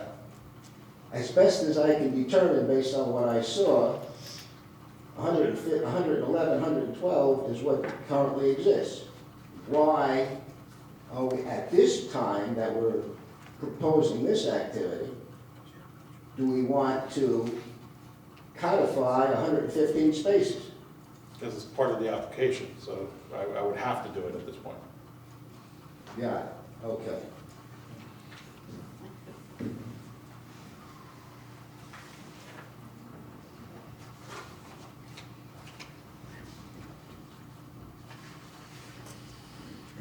No further questions? Appreciate your time. Thank you, sir. Next, please step forward, give your name to the court reporter. Rob Clue, 22 Magnolia Lane. CLOUPE. Hey, Good. a couple questions. What is the population size of Tom River? I don't know that off the top of my head. It's roughly about 100,000, a little less. So you're talking about the inherent good of what this is going to do. I don't see 17 beds. Objection. He has the right to ask questions, not make statements. And then talking about the use of the land. We have a huge town here. So, Sir, maybe you can frame your comment in the form of a question. You have to ask him a question. You can't give your opinion on the size of the town versus the amount of beds that are being proposed. You have to frame this question. Okay, well, you will have an opportunity to give your. Yes, you will. I understand. 17 beds, is it, inherently good for 100,000 people? 17 beds period for whether it's 100,000 or 10 people are So if it's two inherently beds? beneficial. It's an inherently beneficial use. Okay, so 100,000 Gentlemen, let's just go one at a time, okay? I'm sorry. So you're saying no matter how many beds, it's inherently good? Yes. Okay, but what about, you talked about noise, traffic, you didn't talk about crime. You couldn't testify to the equity of our homes that are going to go down for being right on top of us. I mean, those pictures are good, but when you look at pictures when you're standing on the property of where this building's going to be, it's very close to residential areas. It's a walking zone for kids. It's a bus. Objection. So You have the right to ask questions. Right, I'm asking them, how is this inherently good if we have all these other factors that you have to take into play? Sure, and I've indicated what the other factors are. And I've indicated basically that this is an inherently beneficial use. It's been established by the courts that this is inherently beneficial use to home now homeless. And I think anybody would say that, but you're talking about going so far away from the master plan of the town. That the first shelter you're saying for it to be beneficial is going to be in a residential zone versus all the other commercial zones that have empty buildings that this could go into? Well, a homeless shelter isn't a commercial use, it's a residential use. Understood, but you're affecting residential people when you're placing these next to them. Yeah, it's residential to You residential. have places that you can retrofit that wouldn't affect them. Objection. Again, he's making a statement, not asking a question. Not a lawyer, sorry. So out of the entire county, you're a site planner, you roll up to this place, and you're like, this is the perfect spot for a homeless shelter. Of anywhere in the whole county. And I've indicated, even though we don't have to indicate site suitability, I've indicated the suitability of the site because it's already used as a homeless outreach center. So the service is already there, they're already familiar with the services. The access to the property is already there. But you could easily move somebody. Sir, he's got. That's not the everything to application. That's not the application. We're here for this application. Right, so the first person that raises their hand and says, hey, I want to put a homeless shelter on my property, you guys don't vet that? Sure. And we went through why this is an appropriate location. You're saying just because there's an existing thing which is wishy-washy, the blue thing isn't happening. No, I had a number of purposes. Even though we don't have to discuss site suitability as part of an inherently beneficial use, I did. And I indicated why it's suitable. Because there's somebody already existing there, so you're telling me. It's one of the reasons. Right, but people move their businesses around the town, correct? I'm assuming so. Right, so this could move somewhere else. And- That's and not it's the application that's before us tonight. Right, but The it's application gotta be tonight is to suitable. have it. Again, Gentlemen, just slow one at a up. time. One at a time. But as your professional opinion is this is the best place in the county to put a homeless shelter. No. We're gonna change the master plan of Tom's River for a residential zone, not a commercial zone, in all the towns in the county. What is the actual budget for this project? Objection. It's beyond the scope of his testimony. He's an engineer. He knows how much it's The gonna cost to testimony build was it. planning and engineering, not project budget. Okay, I'm done. Thank you, sir. Sir, what was your last name? I just want to make sure I have it. Clue, CLOUPE. O-U-P-E. Thank you. I'm sorry, what's your address again? 22 Magnolia Lane.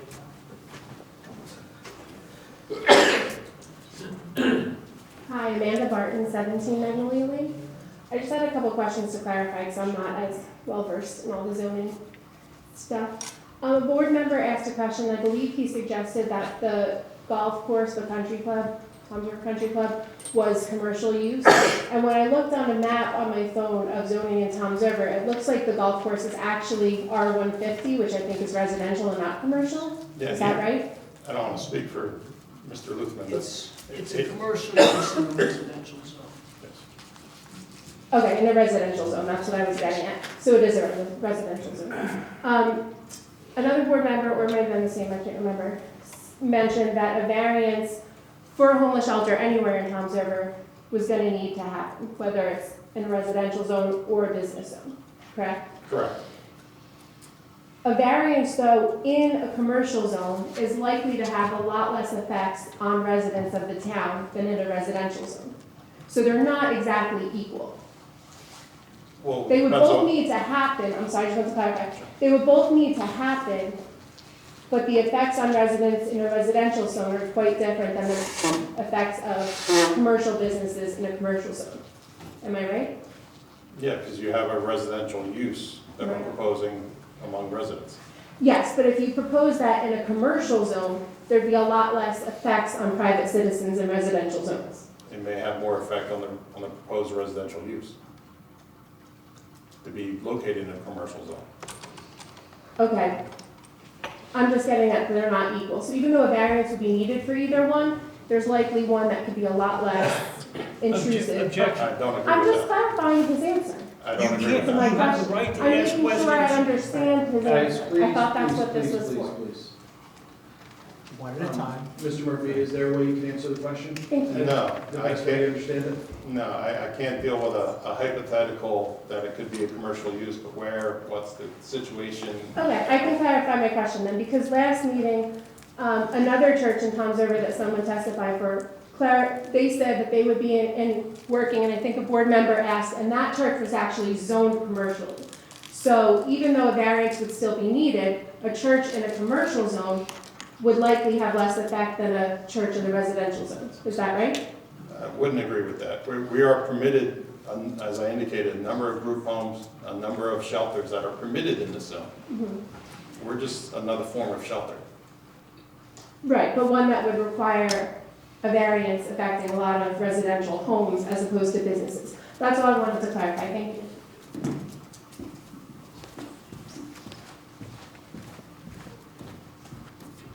Hello, Steve Priola, 26 Brooks Road. Spell your last name? Priollo. Okay. This is a non-hypothetical question. Are you aware that there's 2 elementary schools and 1 high school within walking distance to the proposed structure? Yes. Okay. Can you explain to me the percentage of people that are homeless that have substance abuse disorder? Objection. You're gonna object, I know. Okay, but I'm just gonna put it out there, so the board understands. And just to explain to the board, if you can always Google it yourself. We Objection. can take that under advisement, sir. That's Okay, testimony. so, Questions I'm only only, supposed please. to give questions, not Questions statements. only, please, regarding the witness's Okay, testimony. so a question is, you think, also, do you know that the Donovan students frequently jog past that area in daylight times and nighttime? Are you aware of that? No. No, because I know it's for a fact, the track field. doesn't- Again, objection. You have the right to ask Okay, questions, so not I make asked the statements. question, Mr. York. I asked the question, all right? Because I live in this neighborhood, and there's children in this neighborhood, so objection. All right, Okay. All right. So I'm gonna say, one more question. Hang on just 1 second. So many other things going around. Please, no comment. I'll tell you what, let's take a 10-minute recess. So everybody can take a little time out and take a step back. We'll reconvene at 9 o'clock. Ma'am, please, if you don't compose yourself, we're gonna ask you to leave. And this discount. Last warning, ma'am, if you don't compose yourself, we're gonna ask you to leave. But you have to think about that. Understood, thank you. Pathetic, Board's gonna take a 10-minute recess. pathetic. Cheerleaders cheering, they're pedophiles, we want Ma'am, cheerleaders please excuse cheering. yourself. Please leave the room. Come on, Please leave the room. pathetic. Thank you. Now, let's, like, I had a homeless Please, person come in front of my car please today. leave the room. Yesterday, I should say. Please leave the room. Jaywalking. It's fine, but it's pathetic. Have it in your house. Tell me your Ma'am. address, and I'm gonna send them to your house. Leave the room. I'm gonna send them Thank to your house, Because Thank you you. looked it on, you got them working for Thank you. a law firm. You're so worried about that. Thank you. All I do is I want the board I to consider the understood. children. I have kids. Understood. Children I have in the 18-year-old, Understood. 24-year-old kids. Thank you. Consider the children, because this board is You will- are in built- a the township, board will this is what you consider should be doing. all And factors tell me of your the address. application. When they sit in my house, I'm gonna have them in my house. I have them in the box. Stop. Just consider, Bullshit. just consider Stop. the children, that's all I'm saying. Bullshit. And this can go anywhere else, this. Thank you. Sorry. I do live 1,000 feet.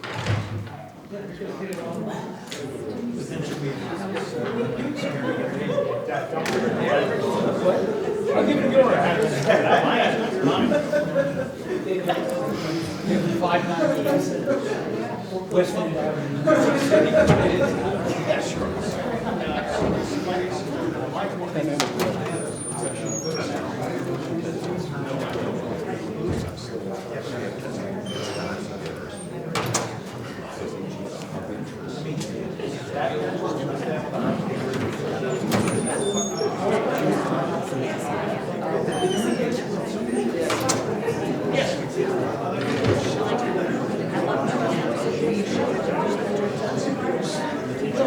Jason, are you getting a chance to watch this?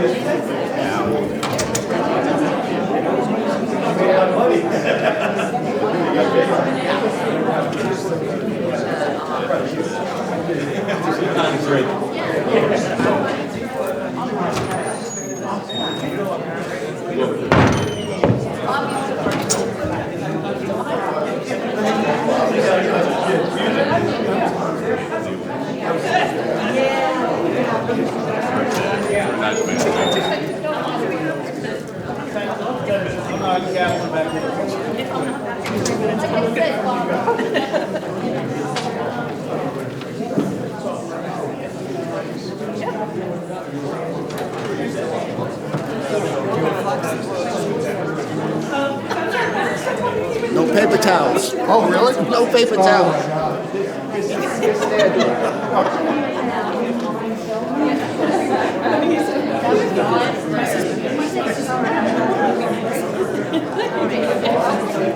Since it's already approved, Madam Secretary, may I speak, please? I'm going to instruct the board secretary not to sign What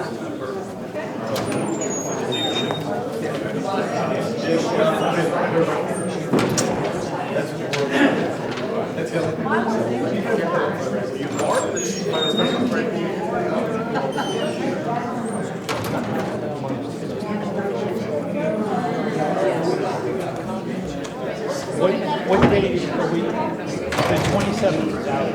Chris is not here on the 27th. Chris can't do the 27th.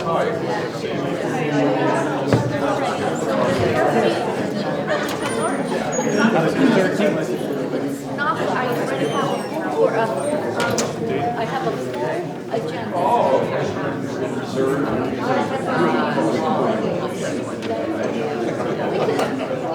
What's the meeting? I'm not.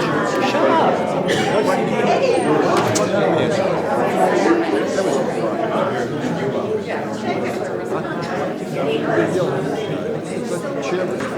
The meeting is already adjourned. The meeting is already in recess. It's March. Hold on, Ron, come here. Calling me? Yes, March 13th. Available March, available March. I am confirmed. Well, we'll just confirm March 13th. March. We haven't carried on. March 13th.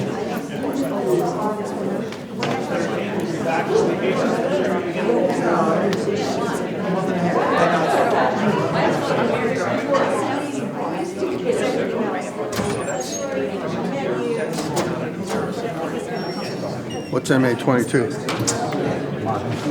What's that?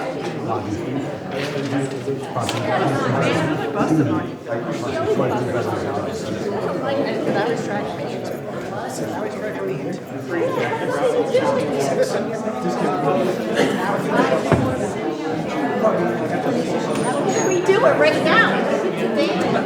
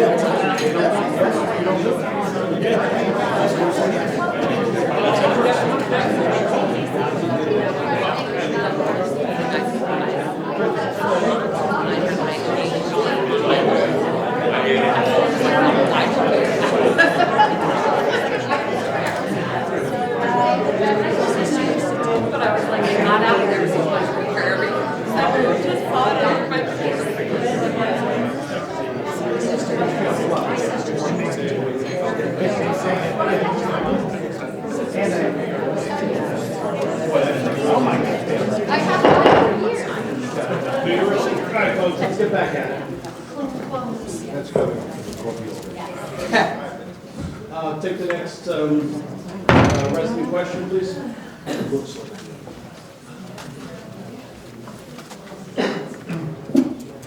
Paul Williams, 35 Broad Street, Compton.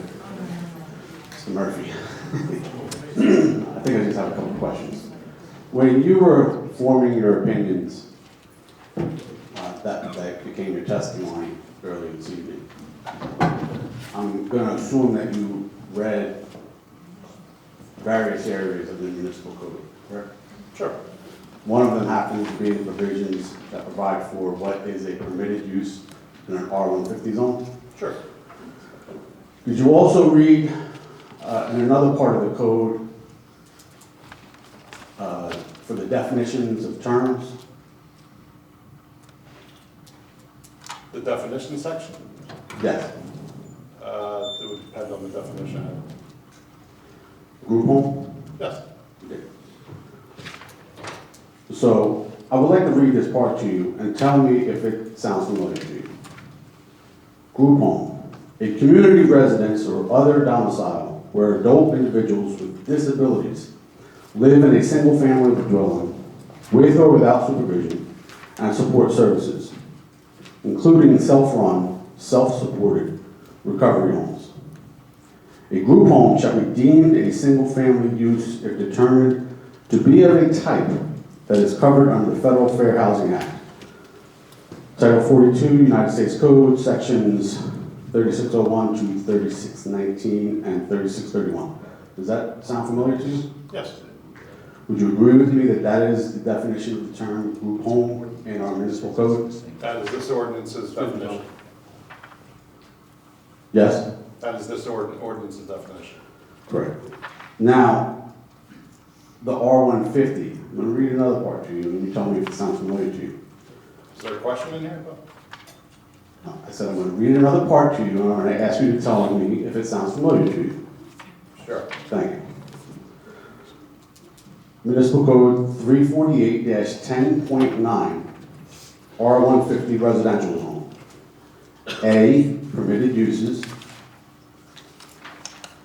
Subsection 5, community residences for the developmentally disabled, community shelter for victims of domestic violence, community residences for the terminally ill, community residences for persons with head injuries, and adult family care homes for elderly persons and physically disabled adults. Does that sound familiar to you? Yes, I provided that testimony that those were some of the permitted uses in the zone. And now, refresh my memory, you said something earlier about multiple court cases that have stated that a group home, that a homeless shelter is considered a group home. No. That was not your testimony. No. So to be clear then, that's not what you're saying at all. No. One more time, I just want to make sure that we're super clear, because I thought that I heard that, and if I heard it, I think some of the board members heard it, that there is no court case that you are familiar with or that you have read that has considered a homeless shelter a group home. So we are in a homeless shelter, and that's why we are before this board. That's not what I asked you. I asked you that your testimony is that, as far as you know, there is no court case that has interpreted a homeless shelter as a group home. No. Okay. So if I heard that earlier, I was mistaken, correct? Yes. If any of the board members heard that earlier, they would be mistaken as well, correct? Yes. All right. Now, when you say that this is an inherently beneficial use, help me out here, because I seem to think that you kind of may have blurred some lines between a homeless shelter and a group home. No. A homeless shelter, period, stop, is an inherently beneficial use, period, stop. According to whom? According to case law. Can you cite me, let's say 2, but I'd be surprised if there was 1.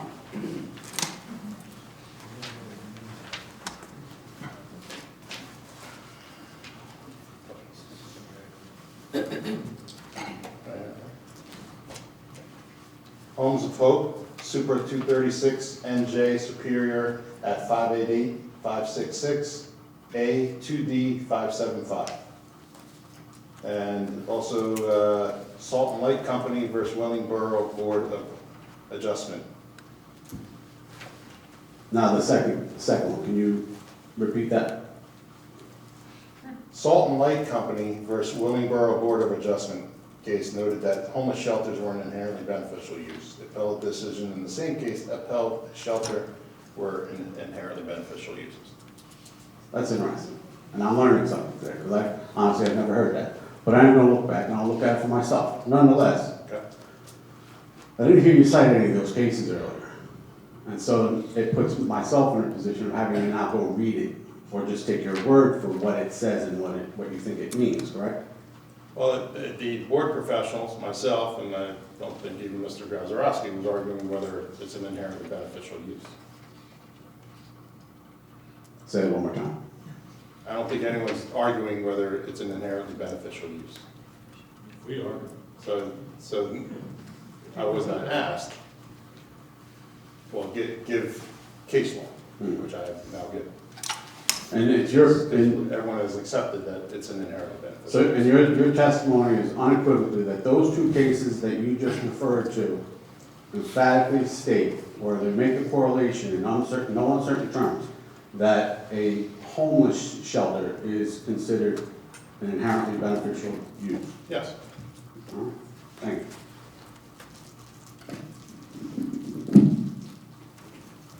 Next.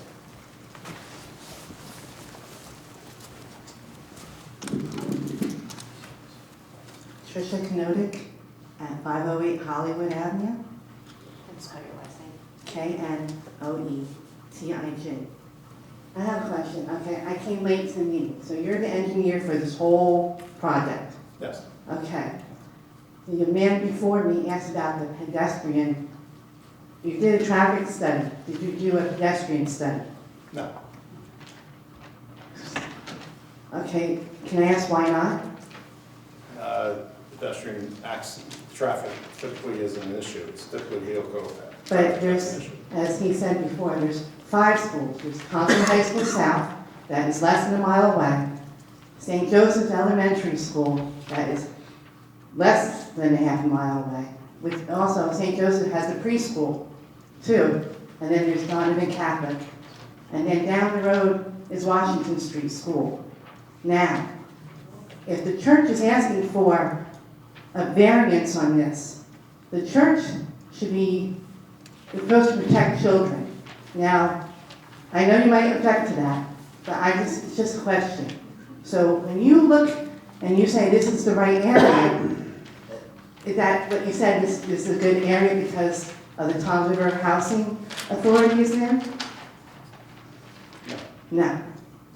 But there's 5 schools there, and pedestrian, and as the man before me said, there's sports all year round. They run all year round. There's children that go on the bus stop before 7 o'clock when these people are going to be released. Well, they're I'm not not released. saying, They're not released, they're not prisoners. I'm sorry, wrong words. They're going to be, they have to, it's not, I'm sorry, don't laugh about what I just said, please. I'm talking to the woman here. Don't laugh. Ma'am, is there, you have to ask a question. I'm just answering, but I didn't think they would laugh, and I didn't mean to say it that way. I'm just talking about, when you picked that site, did you look at all the 5 schools that are there, and the pedestrian, the children that walk to school, the kids that wait for the bus stop? I don't understand the correlation that you're trying to connect here. Well, you're saying that this site, but did you look around the site of the 5 schools? I didn't look at the 5 schools particularly, no. But you didn't do pedestrian No, study? I can say that I've lived in town for 22 years, 24 years, somewhere around there, and I have never witnessed any congestion of the sidewalks in this area. Okay, that was just a question, that's all. Sure. All right, thank you. You're welcome.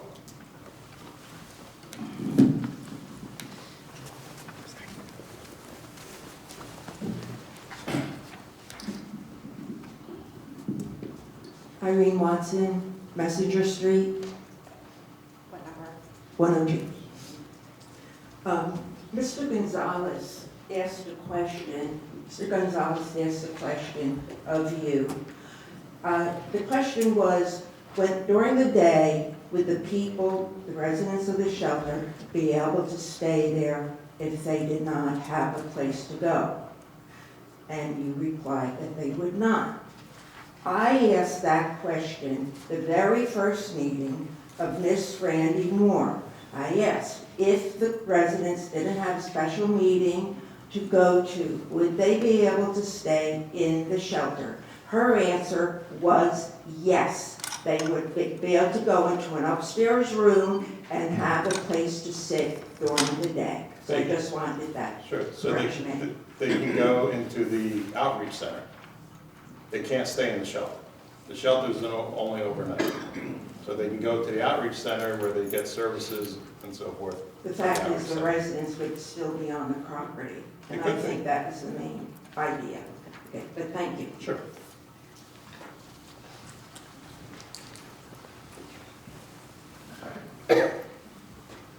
George McAuliffe, 11 Magnolia Lane. MC capital A, U-L-I, double F like Frank E. A couple of questions. One, you, I believe, testified that you studied the positives and the negatives of, won't use the legal terms. But, sure. And you found on the detrimental side, you looked at traffic, you looked at noise, you looked at light. What else? Was there something I missed? That was the main items. Okay. In the course of your research to make sure that you delivered an objective, comprehensive report, did you come across the magnet effect with respect to homeless shelter? No.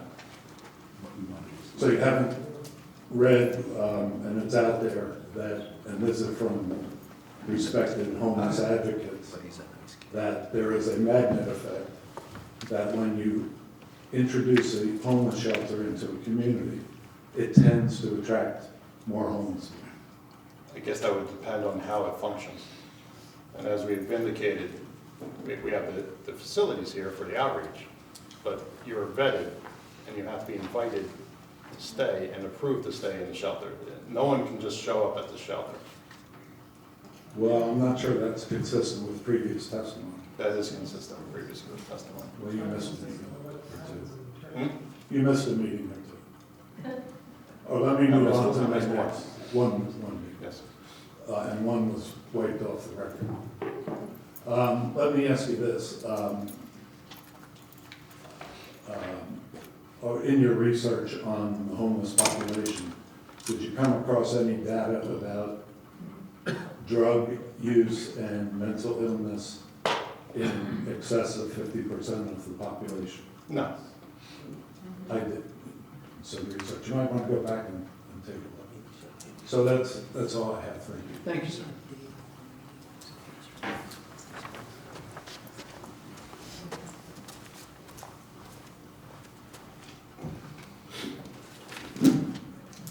John Gonzalez, 406 Washington Street. I don't know if this question is better addressed to you, Brian, or to the board, but if that, and it goes back to parking lot striping. If I striped, if I had an existing parking lot, and I striped the parking lot to create vacant space, could I build a structure on that parking lot without seeking a variance? Or could I just file a building permit? I don't understand why we're, sorry. Sir, at this point, Okay, the fine. questions are for Brian. I got it. Okay. I got it. Inappropriate question. Okay. All right. Sure, Mr. Williams.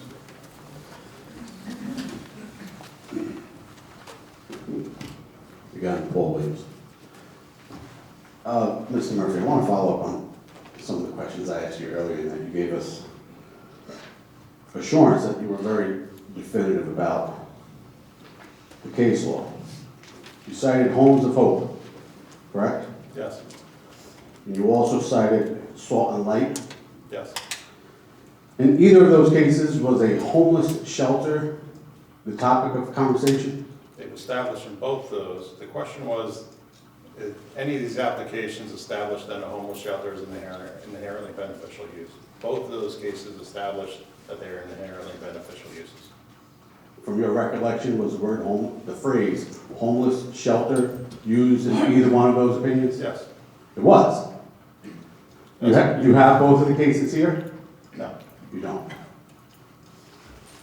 Would it surprise you that I perused through both of those cases myself? I can't say I'd be shocked. Would it surprise you that not only did I peruse through them, but that I did not find the phrase homeless shelter in any of the written parts of the opinion? Let me ask you then, in Salt and Light, would you agree with me that that was an application for a use variance for construction of a duplex to provide transitional housing for two families, two homeless families, and a neighborhood zoned exclusively for single-family residences? Yes, and as I indicated, whether it's 2, 17, or 10, it's still an inherently beneficial use. Or would you agree with me that in this case, Salt and Light, it was not a homeless shelter, that it was a request for a variance to construct two transitional housing, transitional housing for two homeless families? Which would be transitional housing, would be a homeless shelter. In your interpretation though, correct? Yes. But that is not emphatically what this court opinion said, correct? That's exactly what the court opinion said. Homes of Hope. Would you agree with me that in that case, the applicant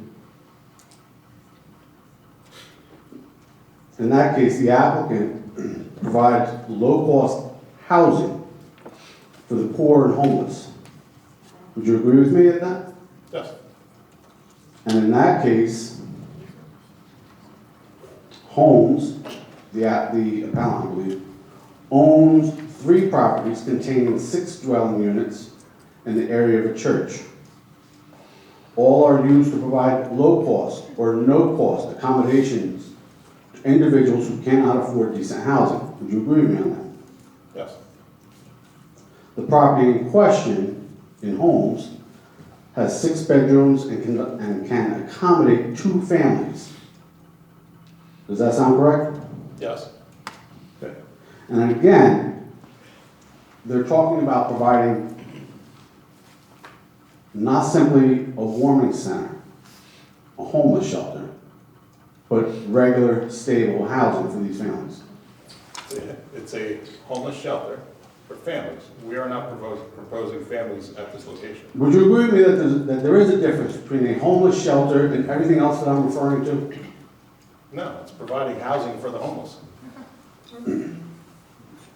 But a homeless shelter, because I want to drill down on this, so the board is fully aware of what I'm talking about and what this application involves and what the law is with regard to it, because I get the representations. So again, I want to be very clear, because I asked you earlier if you were emphatic that homeless shelter is what those cases spoke and said are inherently beneficial uses. They established that a homeless shelter is an inherently beneficial use. But you don't have the case in front of you to... Objection. He's already testified his opinion as to those cases. There's nothing more he can answer. And the actual law in this matter will be presented to the board by Mr. Gazarovski, myself, and the board attorney. And me. Well, you can present whatever you want, but the 3 lawyers will do their best to figure out the law and present their view of it. This is not the job of the planner. I'll defer to the chair. I'm And I'm going to defer to counsel. Mr. Williams, I think you've answered, you've asked the same question a couple times, he's answered it, so. Fair enough. Thank you. Okay. Mr. York, Yes, sir. does that wrap your testimony? Subject to any rebuttal witnesses? Yes, we're done. Okay. Mr. Gazarovski, the floor is yours. Thank you. Just a gentle reminder that we have a firm 10 o'clock stop. I'm sorry, I didn't hear that. I can repeat it for you. We have a firm 10 o'clock stop. So you and your professionals can carry on for the next 35 minutes. Thank you. Let's proceed forward, see what we get, okay? Looking forward Let me call as my witness in the presentation of my case, Mr. Peter Steck. I'll have him identify himself and give you his area of expertise and his qualifications. Please do so. Mr. Steck? Good. Bring that over by you, over here.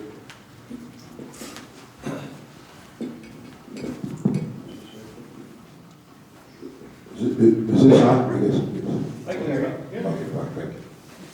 Secretary, raise your right hand. Do you swear affirm testimony if you propose forward will be the truth, the whole truth, and nothing but the truth? I do. And your name for the record. Peter Steck, S-T-E-C-K, Maplewood, New Jersey. Mr. Steck, you have been retained by me to present expert testimony in this case, have you not? Yes. In your area of expertise as a planner? Yes, just some background. Educated as I have a bachelor's degree in civil engineering and a master's in city and regional planning from Rutgers. I was licensed in 1976 with license number 1976, and my license is still in effect this evening. And I've testified in approximately 250 municipalities in New Jersey, as well as in Superior Court and Tax Court, and been accepted as an expert planning witness in those jurisdictions, and I have in the past appeared in Tom's River. I assume the board will accept his qualifications. Welcome. Okay, Mr. Steck, you were retained by me to give testimony in this particular case, were you not? Yes. Now, prior to your appearing here this evening, did I send to you various materials dealing with this particular case? Yes. Did you read the transcripts of the previous 3 hearings which took place? I did. Are you familiar with the zoning ordinances of the Township of Toms River? Yes. Did you visit the site?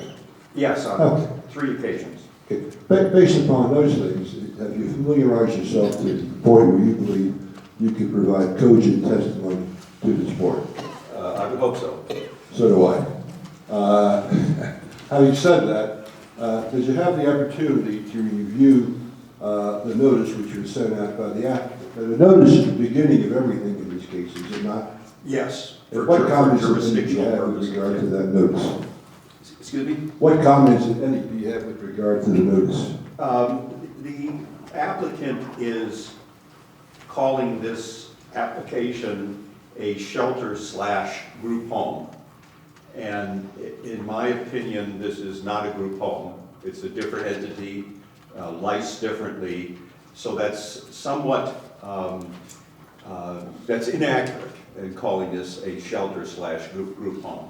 Okay, have you listened to the testimony of my colleague's expert who was presenting testimony? Yes. Did he present any testimony advocating why this board should in fact seek or grant a variance for the group home, or did he give any testimony where he was seeking a relief for the presence of a group home? He didn't say that they were approving a group home, but he said that this was the same as a group home, and as I heard his testimony, and I would disagree with that statement. Your testimony is that a homeless shelter is not synonymous with the word group home. That's correct. Okay.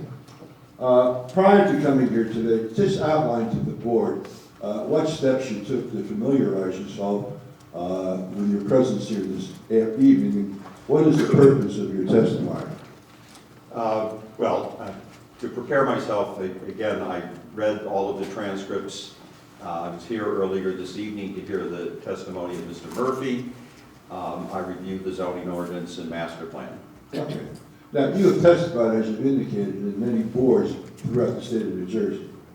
Yes. What comments, if any, do you have upon this application?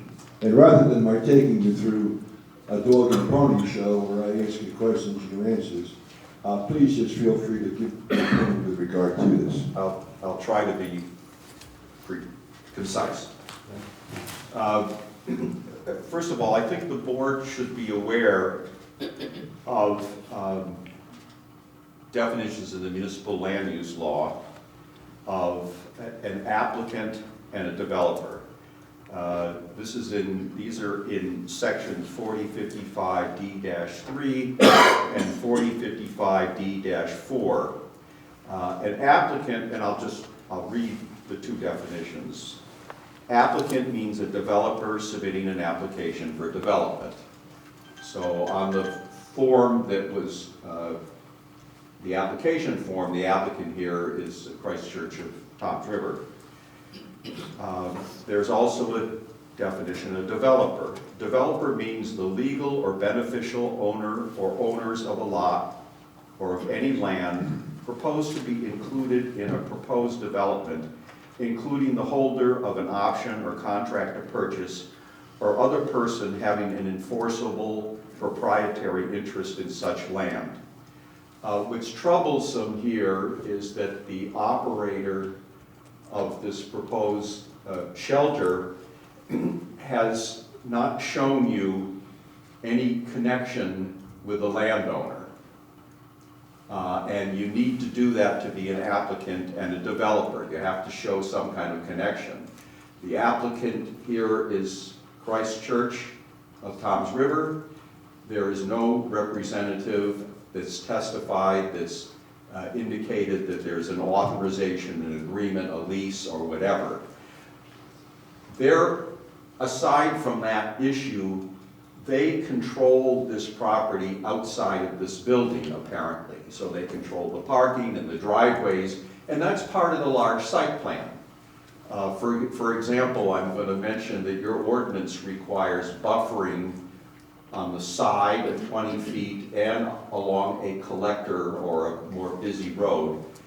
While there are trees along the side of this house, they're all deciduous, essentially all deciduous. So there's really no effective buffering. The applicant's apparently going to plant 4 trees, but the answer is there is no buffering on the side, and the applicant acknowledges that that's part of the relief that they need, but they also need buffering on the front. So a fence isn't buffering. If you read your ordinance about what a buffer is, it's not just putting up a fence. The second item, in kind of under the heading of definitions, is the definition of a group home. That is different than a homeless shelter. A group home is permitted in any single-family zone in New Jersey, and it's a permanent domicile.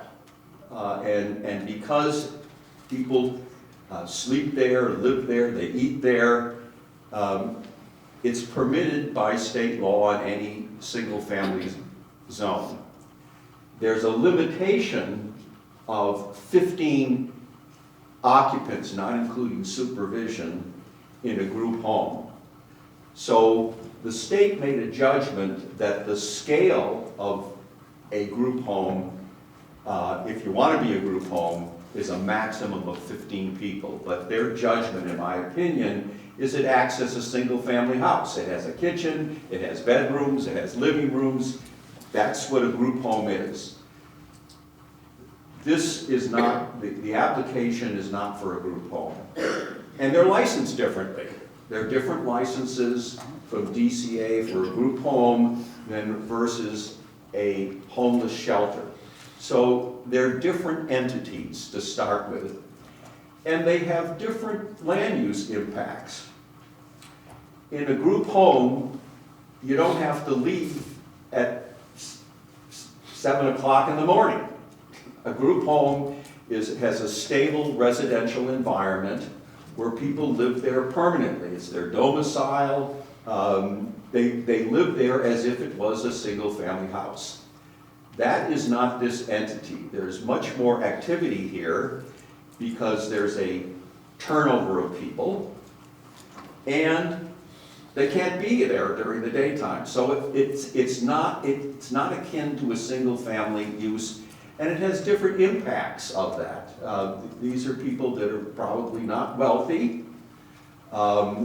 They may not have cell phones and cars, but the answer is this is a site that is remote from a downtown area with bus service. There's no bus service right by this property. You gotta walk a few blocks into town to get a bus. It's in a remote area that's primarily single family, and while there isn't a golf course in the area that might be assessed commercially, the answer is a golf course is a lot different than a classic commercial use.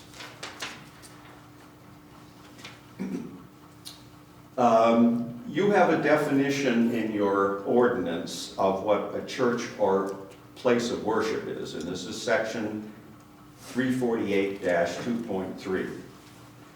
Church or place of worship, a building or group of buildings, including customary accessory buildings designed or intended for public worship. For the purposes of this chapter, the word church shall include chapels, congregations, cathedrals, temples, synagogues, including shuls, mosques, and other similar designations, as well as parish houses, convents, and related accessory uses. Schools should not be considered customary accessory buildings to a church or place of worship.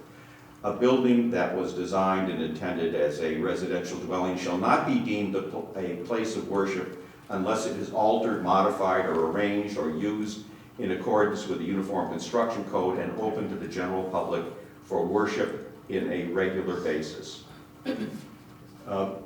This building, the other consideration is that a church can have accessory uses. An accessory use or structure is defined as a subordinate use or structure, the purpose of which is incidental to that of a principal use on the same lot. What I would suggest is that while the church certainly wants to help homeless people, that's a goal, one of their missions, but this entity that's operating this homeless shelter is not the same as the church. It's not governed by the church. It has different personnel. In other words, because it doesn't have an intimate connection, it's not incidental to the church, in my opinion. So in my opinion, it is not eligible to be considered as an accessory use to the church. The applicant is saying, oh, there's religious freedom involved here. Well, the answer is there's no worship in this building. It is separate from the worship of the church. And it's also a different legal entity to the church.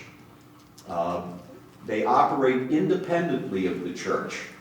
And in my opinion, that means they can't be eligible as a permitted accessory use to the church.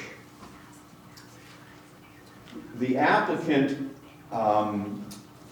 is, in a sense, piggybacking on the fact that there is an outreach center there and has been since 2013. And it's true, there's an outreach center there and they got a zoning permit. But I would suggest to you that if you carefully look at the application for that use, it falls into the same category as not being an accessory to the church. Here's what the applicant, represented by Mr. York, said to the zoning officer in correspondence dated June 7th, 2023. The Christ Church is entering into a partnership to provide additional counseling services to the community.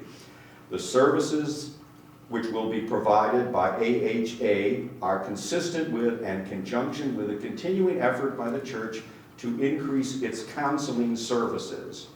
The church currently engages in providing counseling and services to individuals and households facing housing insecurity and homelessness.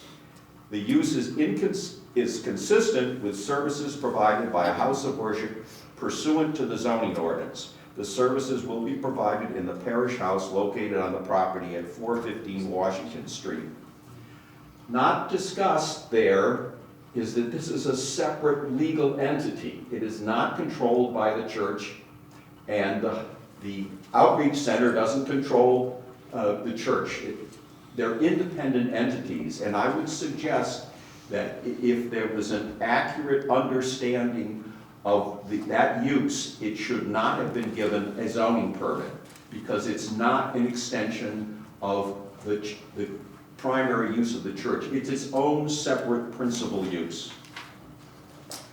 I'm just going to hit the SECA standards, but I would like to say that I'm familiar with the cases that are referenced. The Hoboken case, I guess it's St. John's, was operated in the basement of a church by the church. And that was a homeless shelter. But it was operated by the church itself. They didn't subcontract to some other agency. And the issue there is one of health and safety. You just can't put people sleeping in your basement because it's not safe.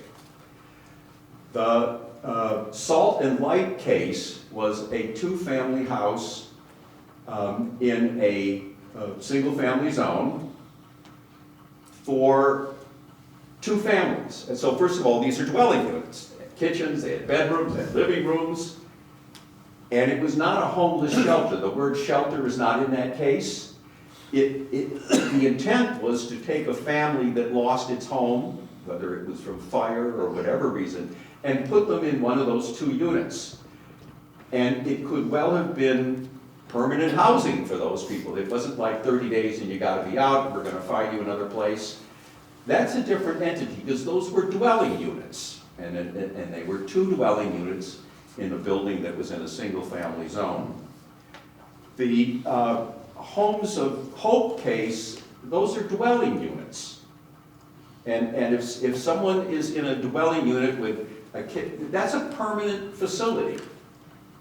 This is not a permanent facility. This is a way station for someone, as they say, is down on his or her luck. And this is not your typical dwelling, because you don't have to get out of your dwelling at 7 o'clock in the morning, and you don't have to wait till 5 o'clock to go into your dwelling. So this has a different set of land use characteristics because of the coming and going that comes from us. The applicant is saying, well, these people are already here because they're at the outreach center. First of all, I don't think the outreach center should have been approved, because I don't think it's technically accessory to the church. And so you can't use that as the piggyback. And number two is, it really operates quite differently from, and it clearly is not a group home. So there certainly is a public benefit to helping someone that doesn't have a home, at least to have some place to stay for the night. No doubt about that. And so you have to evaluate it under the SECA case, and as everyone knows, that's the four-step process. What's the magnitude of the public benefit? What are the negatives that arise from that? And in this case, there are people that kind of hang around during the daytime, et cetera, et cetera. Number three is, you are to hypothesize what conditions can you put on this that would minimize the negative aspects. And number four, to judge on balance, has this met the negative criteria? Can you conclude that approving this application with those hypothesized conditions would substantially impair the intent and purpose of the zone plan, the master plan, and the zoning ordinance? I would suggest to you that aside from whether this is a homeless shelter or not, there's supposed to be a buffer. And the buffer that's there are trees that are well spaced, all deciduous. You can see the houses that abut this.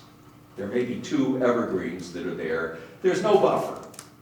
And your ordinance says a buffer is not just stay away 50 feet. It is not just put 20 feet and put on fencing. The answer is you're supposed to have a landscaping strip. And not only is the buffer supposed to be along the sideline, it's supposed to be along the collector or the busy street. And that's not being proposed here. I would suggest that this is not an issue of religious freedom, because this is a separate entity. This homeless shelter doesn't have to be attached to a church. It can be in a commercial building. It could be in a lot of places. And one would think preferably near a place that you can have lunch near a place that, let's say, has bus service, that's where someone can operate, for example, without a car.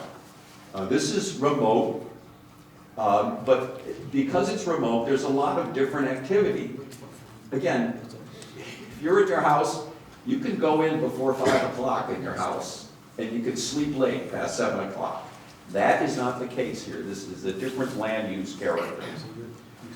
So when I evaluate this, first of all, I don't think the cases that were cited automatically say that you have to approve this case, because 2 of them are not really homeless shelters, and the one that is associated with the church. And I would grant you that, shelter in a religious institution is, from medieval times, is an important issue. But that's not what this application is. This is a separate principal use that's not managed by the church, not legally related to the church, although the church has control over the surrounding area, and we haven't heard from them.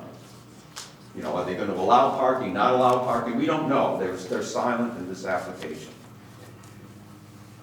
The applicant has the burden of proof. I think the applicant has mischaracterized this as akin to a group home. It's not. And even a group home limits the magnitude to 15 persons. This has 17, excluding any kind of staff. So that's an improper connection, because this isn't a group home, and frankly, if it was, it would be bigger than would be allowed by the state law. So as I look at the secret proofs, I think the applicant has ignored conditions that could have been imposed. And again, whether this is a homeless shelter or not, you're supposed to have a buffer, and the applicant doesn't want to do anything except put up a fence. That doesn't, why don't you even just comply with the code? And that's regardless of whether this is a homeless shelter or not. This is transitional housing. People are not there permanently. It has clearly a different character.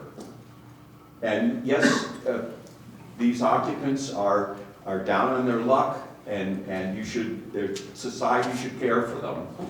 But in my opinion, the applicant has not met the tests of the SECA decision here, because they have improperly characterized this as accessory to the church. They're claiming religious freedom, even though this is not related to the church. They're saying this is like a group home. It's not a group home. It's licensed differently, and it has different operating characteristics. I don't think the applicant has offered the protections that you need to be comfortable to meet the SECA test. I think that if it is approved as proposed, this would result in substantial impairment to the master plan, which considers this a low-density residential area, and in my opinion is substantially detrimental to the public good. You're not even doing the minimum amount of buffering, assuming that this was simply part of the church and not, it wasn't even a homeless shelter. So I don't think that you have the evidence this evening, and there'll be other evidence provided by others, that I don't think even under the balancing test, I don't think the applicant has demonstrated enough evidence that the board, even under the SECA standard, can approve this application. I just have a couple follow-up questions for you. You are familiar, of course, with the site itself, are you not? Yes. And you're familiar with the presence of the church located on the site? Yes. And you familiarize yourself with the approximate size of that church?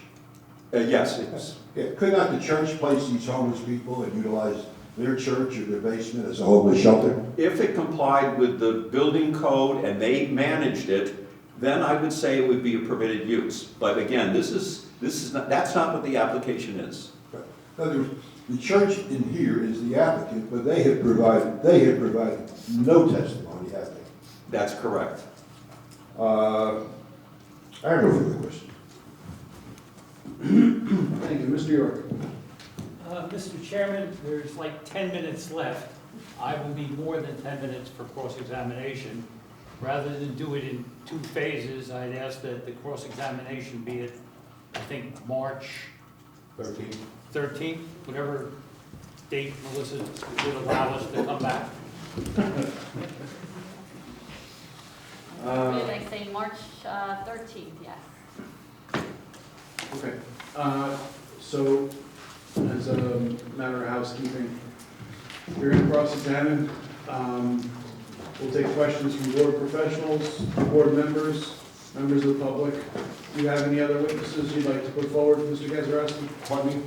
Do you have any other witnesses you will be putting forward? Well, I do intend to call one further witness, and I discussed it with Ms. Fennell, and now she's given us the tentative date of March the 13th, and Mr. Steck is here.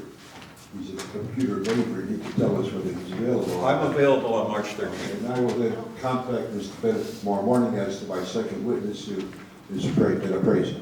Well, just to be clear, I don't think it is I think March 13th is the date. Yeah, It's not March 13th tentative. is our date, it's not tentative. I'm sorry? March 13th is the date, it's not a tentative date, I think. March 13th is the next date. I'm going to confirm tomorrow morning if my witness is available on that day. But at least. I have two witnesses. He is available. Well, I have to check with my appraiser. I anticipate his being available. In the interest of the board's time, the public's time, and everyone that has a general interest, we're going to meet on the 13th. We'll hear testimony, cross-examination from Mr. York. If your second witness is available, we can hear additional testimony. If not, we'll carry. I certainly don't anticipate. That's fair. I agree. Okay. You're fair. So, for all those in attendance, the application will be carried until March 13th. No additional notice will be given. This is the only notice that you will receive.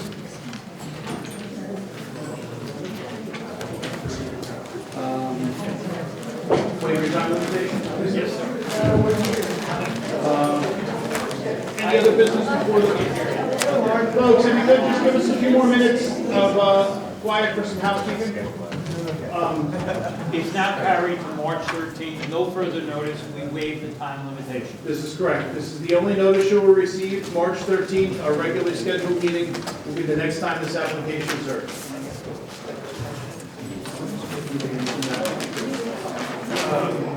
With that, is there a motion to close? Motion to close. Second? Second. Okay. All in favor? Aye. All opposed? See everybody in 2 weeks.